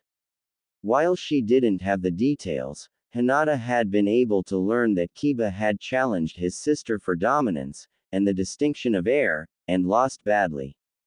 Meeting Guy's team had been an accident, an exercise in patience, and also rather amusing. They'd been taking advantage of a mission assignment that had been requested by Haku, one that involved Hinata and Naruto being asked for specifically when they'd run into Guy's team. Upon seeing Haku, Lee immediately appeared at her side, took her hand, and declared his endless and undying love. It took some severe restraint for Naruto not to club the boy over the head, as he knew that this was Lee's usual protocol when meeting a beautiful girl that wasn't an enemy. After being told that she was involved with someone, and waiting for Lee to get over his heartbreak, introductions were made.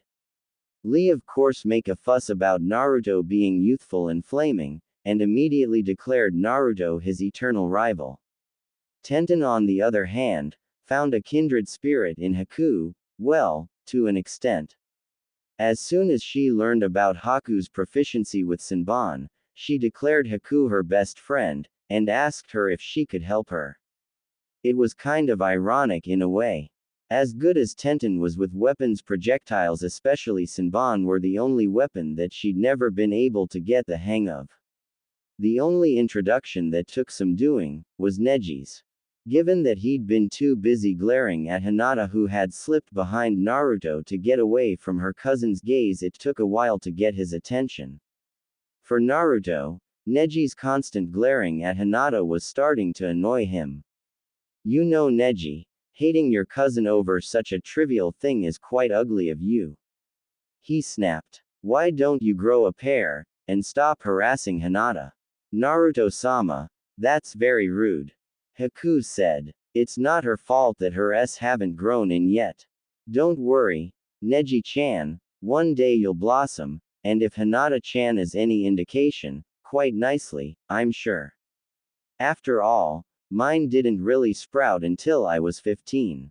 The eye twitch that developed over Neji's eye was priceless.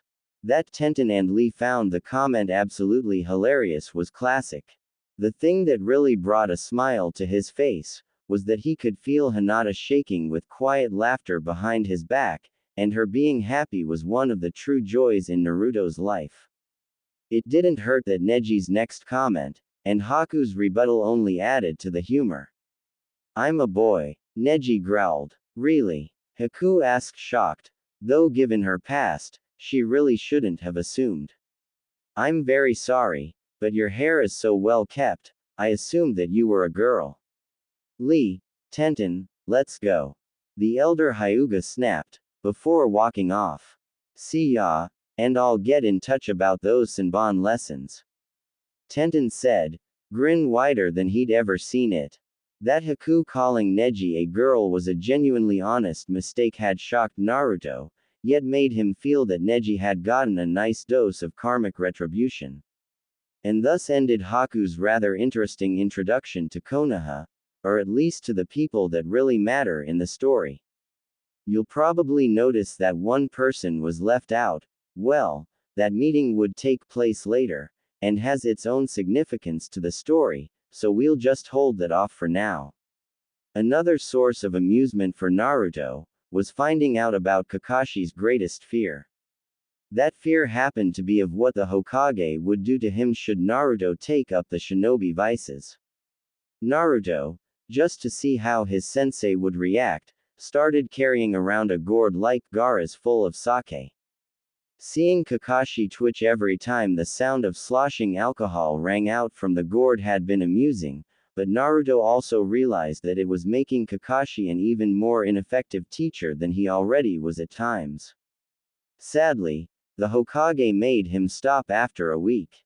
His reasoning of not traumatizing his teacher was sound, and really, the joke was starting to get old.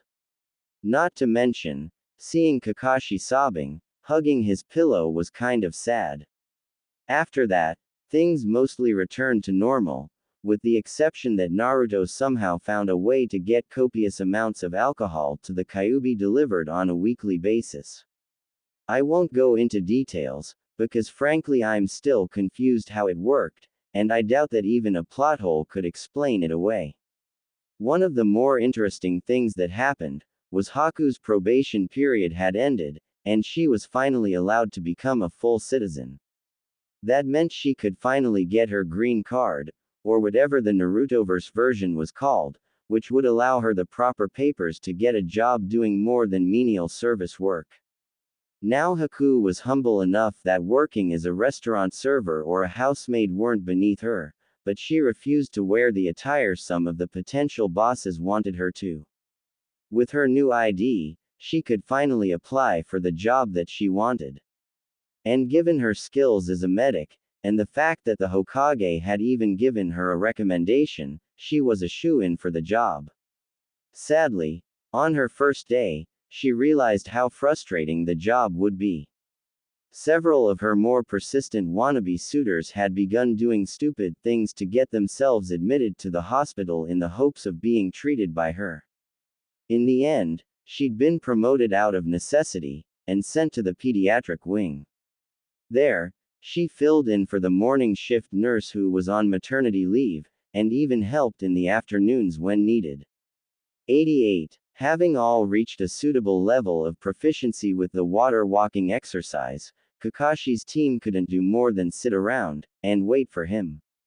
Sure, Naruto had training techniques he could use, and he had clones working on them even then, but none of them were safe for anyone save an Uzumaki or a Jinchuriki. Therefore, as the team waited for their sensei, Naruto sat up in the tree, suppressing his chakra to near nothing. After all, making oneself disappear to the acute senses of a shinobi was a useful tool to have. Suddenly, and surprisingly only 45 minutes late, a swirl of leaves announced the arrival of Kakashi. "You're late, again," Sakura said, though her face held an uncharacteristic smirk. When Kakashi noticed that Naruto was missing, only the mask on his face was able to hide his frown.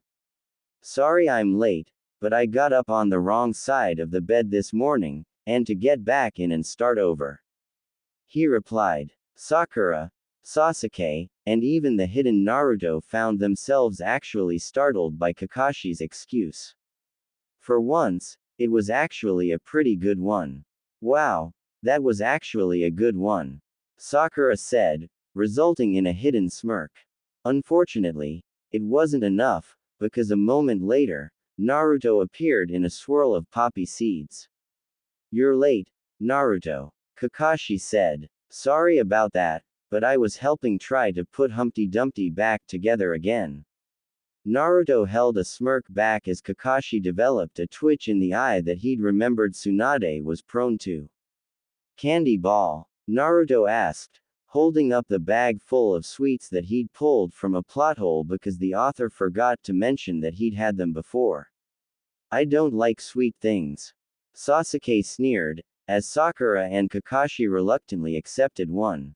Apparently, Sasuke was the only person on the team and one of the few in the village who didn't like Konoha's candy staple. Wait, isn't your favorite food sweet tomatoes? Naruto asked. Kind of a contradiction, don't you think? Shut up, no one asked you, Sasuke said, flustered upon realizing that Naruto was right. I happen to prefer salty treats. Sasuke, you'd better be glad that I promised I wouldn't unnecessarily tease you anymore, because declaring you like salty treats can be taken so many ways. Sasuke stiffened. Naruto, I just want you to know that I hate you, Sasuke said, turning away from him. Smirking, Naruto threw up a swift henge, before replying. Foolish little brother, your hate isn't strong enough.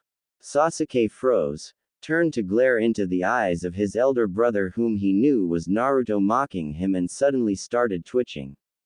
Kakashi couldn't hold his laughs back, and was forced to agree with Naruto's next comment. Sorry, but that was just too perfect to pass up. Noticing that Sasuke was about to lose his composure, Kakashi decided to intervene. Okay, now that you've all gotten the hang of water walking, I've decided to start you all on something fun. Well, at least it'll be fun for me watching you. And so began the teamwork training from hell. Naruto had to admit that what Kakashi did was sheer genius, and would have found it very amusing had he not been a part of the suffering. What he'd done was tied each of their limbs together to their teammates' corresponding limbs with maybe 3 feet of wire between each limb, and made them go through the academy kata. What this forced them to do was synchronize their movements, because overextending, which given the longer reaches of Sakura and Sasuke was all too common, it would cause Naruto to be thrown off balance. Given the fact that Naruto was much stronger than his teammates, if he got too aggressive on a maneuver, it could pull Sakura and Sasuke off balance. All in all, Naruto had to admit it was a good training tool to foster teamwork, though Kakashi probably hadn't intended it to be through a mutual hatred of himself, as well as a good way for them to slowly but surely build them all up to a common footing. That is, if they didn't have to deal with Sasuke's ego, Sakura's complaining, and Naruto plotting pranking revenge on Kakashi for making him deal with the former two. Little did the trio know that Kakashi's next exercise was for them to do the same thing while water walking. When Kakashi woke up 5 days after announcing this particular hell, his traumatized shriek could be heard all the way in Wave Country. Why, you ask? His stash had been replaced with hardcore yaoi of the bondage sort. A smirking Naruto turned to his teammates and said, "Sorry guys, but Kakashi-sensei is going to be late." Naruto said, "He just found that his entire porn stash has been replaced by extreme, hardcore, bondage yaoi, and is probably foaming at the mouth in mental suffering." It was at this point that both Sakura and her inner persona vowed to never antagonize Naruto again. Naruto's vengeance tended to be scarring in the most heinous manner possible, striking at the thing you most loved, or found solace in. Sadly, it would take Sasuke a bit longer to learn this lesson. By the time she reached the end of her second month of being a Konoha citizen, Haku had finally had enough of the unwanted attention. She decided to make sure everyone knew that she was spoken for, very much off limits, and exactly who had claimed her heart, and according to rumors that neither she nor Naruto felt needed to be addressed her virtue. The final straw for Haku's patience would actually come as a result of an incident dealing with the remaining member of her age group she had yet to meet. As Naruto and Haku were heading to the training grounds, she enjoyed walking him there. Before shunshining to the hospital where she now worked, they ran into Hinata's teammates. As soon as Kiba saw her, his rather primal instincts blame his clan, and their bonding to their canine went into overdrive. When his eyes lit upon the fact that she was with Naruto, his inner alpha decided to try and rear its head.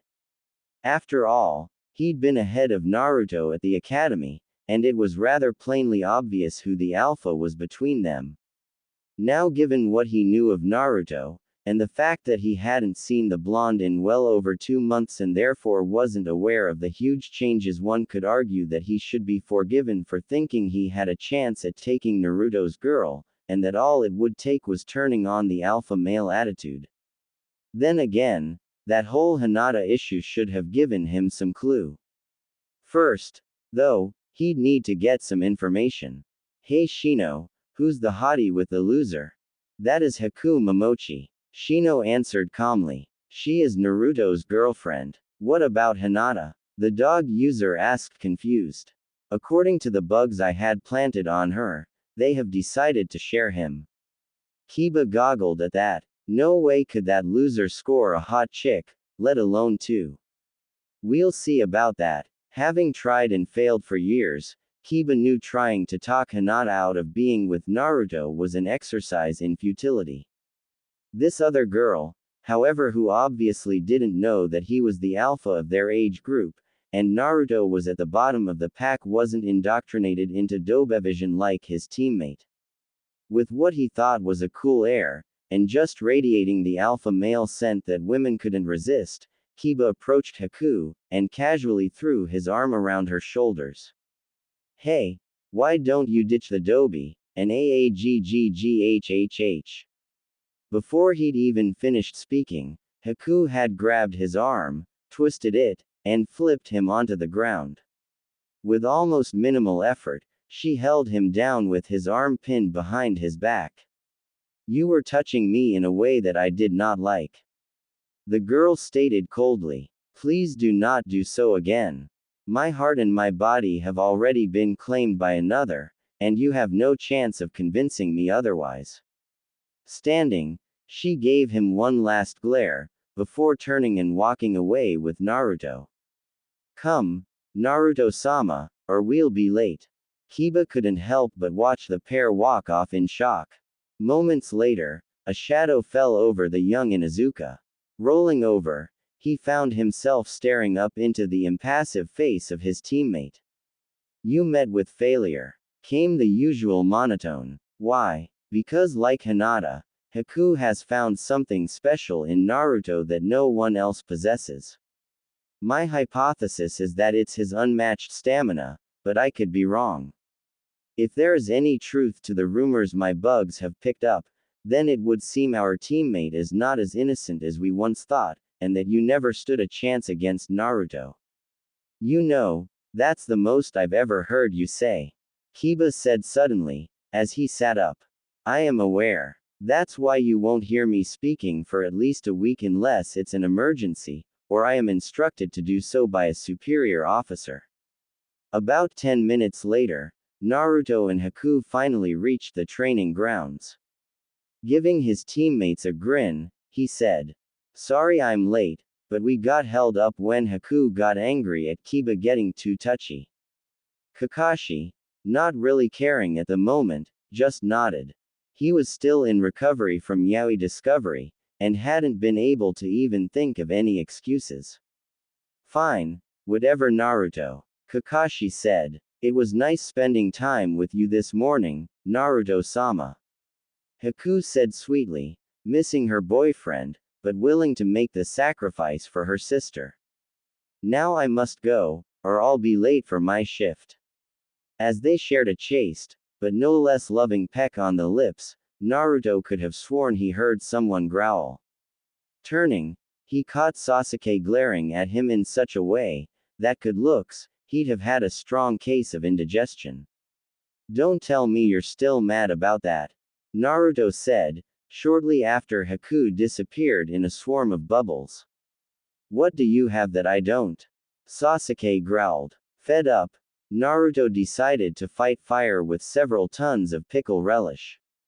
This just meant that he replied in a way that got the job done, but did so in a completely inappropriate manner that could have saved time and others a lot of annoyance had he just used the best remedy. Superior physical attributes. Naruto couldn't help teasing. When he got a look of confusion, Naruto grabbed his crotch and wagged his eyebrows. The twitch that developed over Sasuke's eyes proved that he understood. Kakashi groaned, just knowing this wasn't going to end well. Yeah, right, Sasuke said, giving Uchiha Superior smirk number 11. This was the patented, I know a secret you don't, smirk. You see, Sasuke had done some research, and had learned that for some reason, he didn't suffer from the tiny tackle curse his father's line did. It was probably for the best that Makoto's journals never mentioned the reason for this. Sasuke probably wouldn't have handled learning that Fugaku wasn't his or Itachi's biological father very well. Unfortunately for Sasuke, Naruto had gotten the overkill on endowment genetics, and that was before you factored in the enhancements being the Kyuubi Jinchuriki from birth forced the body to undergo.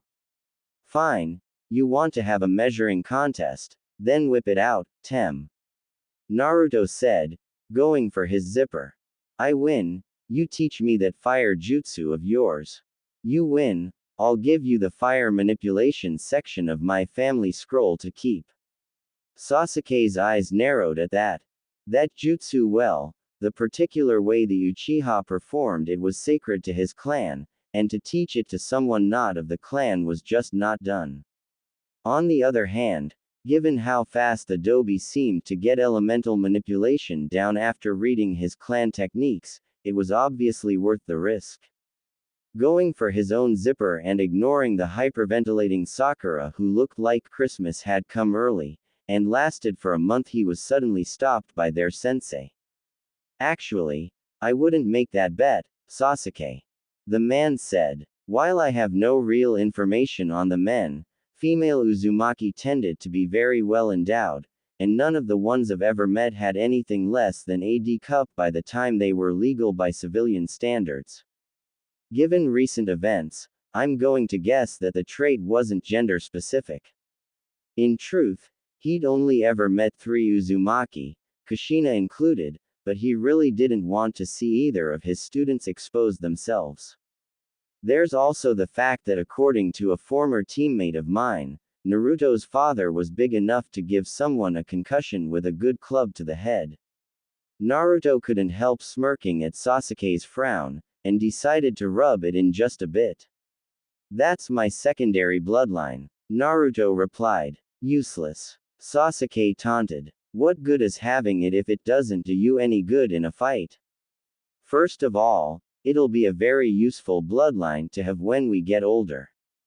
Naruto shot back. And I'll have you know that my bloodline is very useful in a fight, well, against enemy Kunoichi, anyway. Or have you already forgotten about Haku?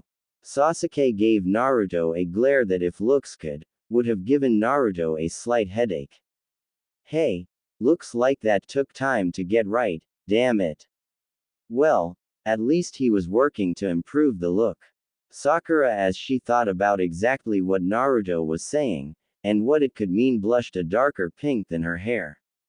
Maybe she'd been just a bit premature in judging Naruto as unworthy of her romantic attention. And with Hinata and Haku as potential suitors, she wouldn't stand a chance. Shaking her head of such traitorous thoughts, she snuck a sideways glance to Sasuke. Focus on the big prize. Focus on the big prize. Focus on the scowl that's really starting to annoy me, and make me question my crush. Sakura frowned. Damn it, Naruto has ruined a perfectly good fangirl obsession by proving everything that I thought I knew about he and Sasuke mostly wrong. Kakashi. Well, Kakashi remembered a certain redhead limping around his sensei's home in nothing but a thin robe at that with a huge smile on her face. He then remembered his precious, and the potential research that Naruto would provide with his new girlfriends down the line.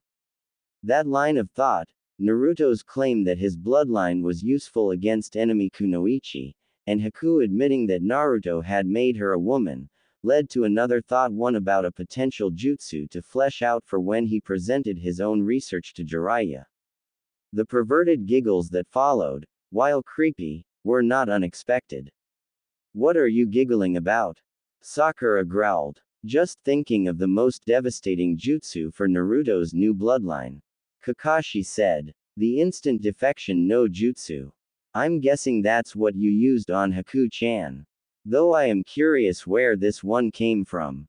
After all, this was one that could have come from either side. From my father's side, actually. Naruto said, and really, Kakashi wasn't surprised given how much blood Rin had lost when she'd, accidentally, seen Sensei. Before they joined Konoha, the Namikaze were horse farmers. The crazy thing was, some of the women in the clan loved their horses a bit too much, and made a habit of expressing this love in ways that I prefer not to go into. Over time, they noticed that the genitals of male children in the family started becoming much larger, so it worked out. Thankfully, they decided to stop before the inheritances got too big. That's gross. Sakura protested as her sharp mind put the pieces together. Hey, I never said it was a glamorous bloodline history, but I certainly won't complain about the results. Kakashi was frozen to the spot in horror. He could remember Kushina bragging about his sensei's horse to anyone who'd listen, much to Minato's embarrassment, and the seriously jealous looks on Makoto's face. Suddenly, that limping, smiling redhead wasn't so fond a memory anymore. He was going to have nightmares about stumbling upon Kushina getting reamed by a horse with his senses features, he just knew it. As his teammates reacted to the news, Naruto was having a mental conversation. I'd like to reiterate that while their reactions were amusing, you're a sick, twisted bastard. Naruto thought. Again, you say that like it's news to me. NB replied distractedly. Now leave me alone. I just had a funny idea for Orochimaru's Edo Tensei that I'm trying to flesh out. 88. While Naruto was traumatizing his teammates, elsewhere an elderly man was finally coming to a decision on the young man who was as much his grandson as Konohamaru was. For nearly a month, the old Hokage had debated with himself over whether or not he should grant the request of Konoha's newest Kunoichi. Given the general opinion held about Naruto, there would be no shortage of people who would protest the decision. After hearing about the incident involving Naruto, Kiba, and Haku as well as what happened to Kakashi, and really not wanting to be on the receiving end of that for denying Naruto his lovely Sarutobi finally decided to act on the information that he'd found. The next morning, after gathering his former teammates, Sarutobi sent out the messenger for a meeting of the council. Once everyone was assembled, he wasted no time getting down to business. I have decided to grant the petition of Haku Momochi and Hinata Hyuga to both marry Naruto. Sarutobi told the gathered advisors and council members. You can't do that. Some random council member that surprisingly wasn't Sakura's banshee of a mom, but that no one really cares about yelled. Although to be fair, that title was only because no one had invented a silencing technique that could truly give her and her husband privacy when they were intimate. In his cold, calculating, borderline villain tone, Danzo jumped on the little nugget. Random council member San is correct, Sarutobi. He spoke. Despite what some may think, Naruto is a citizen of Konoha, and therefore subject to Konoha's laws. Danzo didn't restrict taking digs to only Sarutobi, he was also fond of taking shots at the stupid civilians. Them even more, because he at least respected the old monkey's ability as a ninja. He does not come from a shinobi clan, and therefore does not qualify for the CRA protocols that would allow for bigamy. I am aware of that, Danzo. Sarutobi began with a smirk. However, when it comes to Naruto, the Konoha protocols do not apply. Oh, do tell, the bandaged man said. While his tone was just mocking enough to appease certain civilians, Sarutobi was able to tell that his real feelings on the subject were amused interest. As much as Danzo liked badgering him, he took an especially sick amusement from Sarutobi getting one over on uppity civilians. Tell me, where was Naruto born? In Kono, that same unimportant council member started. I see. Danzo blatantly interrupted, coming to the exact conclusion that Sarutobi wanted him to. Sarutobi, you genius. Koharu muttered with a smirk. It should be noted that none of the shinobi on the council had any kind of problems with Naruto, well except for Koharu, who upon learning how many Kage Bunshin he could make in one shot, was wishing that she was about 50 years younger. And Hiyashi, who was dealing with a teenage daughter who tended to swoon every time the boy's name was mentioned, and had been doing it ever since he declared that he had intentions towards her and most actually quite liked him. Hell, given all of their experiences with the demon cat Tora, the boy was practically a hero, and none of them would have been opposed to Naruto having intentions towards their daughters. Though it should be mentioned that with the exception of Hiyashi and Tsume, none of them had daughters, and none of them knew of Naruto's ability to turn their sons into daughters. Tsume didn't care because Hana was old enough to make her own decisions, and she knew that his stamina would mean her daughter would be a happy wife. The only reason I would have to deny them would be if Hiyashi had any issues with his daughter wedding Naruto. Hiyashi shook his head in the negative. Denying her after the Hokage had approved of it, given how much like her mother she turned out to be so far, he was going to err on the side of caution. Besides, while his daughter's reaction to the boy's intentions were irritating, the only real issue he had was the bitch fits the elders were prone to because of Naruto's unimpressive birth. To them, royal clan or not, the Uzumaki were a foreign clan, and whether they produced a Hokage or not, the Namikaze were not a prestigious clan. Which was ironic, considering their less than prestigious origins. The Hyuga had started out as exterminators. Not of the enemy ninja variety, but of the household pests persuasion. Using their eyes to scan buildings, the Hyuga of olden times would be able to instantly pinpoint where the insects were, and wipe out their nests. They were very good at what they did, and it was said that people even bowed in gratitude the second they saw the tan uniform of the Hyuga approaching. It wasn't until a few Hyuga decided to study the shinobi arts, and learned about chakra that they found another use for their bloodline. It had begun because the heiress of the clan just so happened to be an exceptionally well-endowed girl with an cuteness 4 carat, and there were those of a perverted nature who wished to possess her. Thus the Hyuga, in a bid to protect their heiress, began the path that would make them a shinobi clan. I don't understand, Tsume finally stated, getting back to the original point of Naruto not being born in Konoha. Naruto was not born within the walls of Konoha. Sarutobi started. He was actually born about a mile away as a precaution. His mother, who had been the previous host for the Kyuubi, was aware that the seal would weaken while she was giving birth, so she did so away from the village just in case. What does the boy being born outside the village walls have to do with anything? Random council member spat. Since Naruto is an Uzumaki by birth, and was born outside of the walls of Konoha, he technically has all of the rights and privileges as all Konoha stationed shinobi from the Uzumaki clan of Uzushiogakure. As you are aware, Uzumaki custom stipulates that Uzumaki may have multiple spouses should they find such love, and the spouses are willing to share. Apparently it also allows any men married to an Uzumaki woman to have multiple spouses as well. So that's what Kushina meant when she kept telling me and Makoto that she didn't mind sharing. Sume said, "Wish I'd have taken her up on that offer, instead of hooking up with Kiba's deadbeat dad." "Hokage-sama, if I may, why are you doing this?" a nobleman asked. "Aside from the fact that it's the right thing to do," Sarutobi asked. "The simple matter is because it would be in the best interests of the village. Not only will allowing them to formally declare their intentions cut down on the numerous hospital visits by wannabe suitors for Miss Momochi." Random council member scowled at that. His son had been one of those wannabe suitors.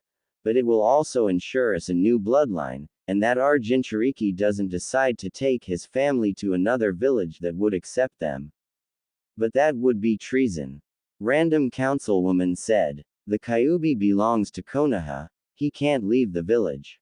Again, you must remember that Naruto is an Uzumaki, and was born outside the village." Sarutobi explained. As a clan, the Uzumaki were allied with Konoha, but they were never officially a part of Konoha. Should Naruto desire to leave, there is legally nothing we can do to stop him, regardless of him being a ninja. As for the Kyuubi belonging to us, I ask you this. Who was the first shinobi to contain the Kyuubi?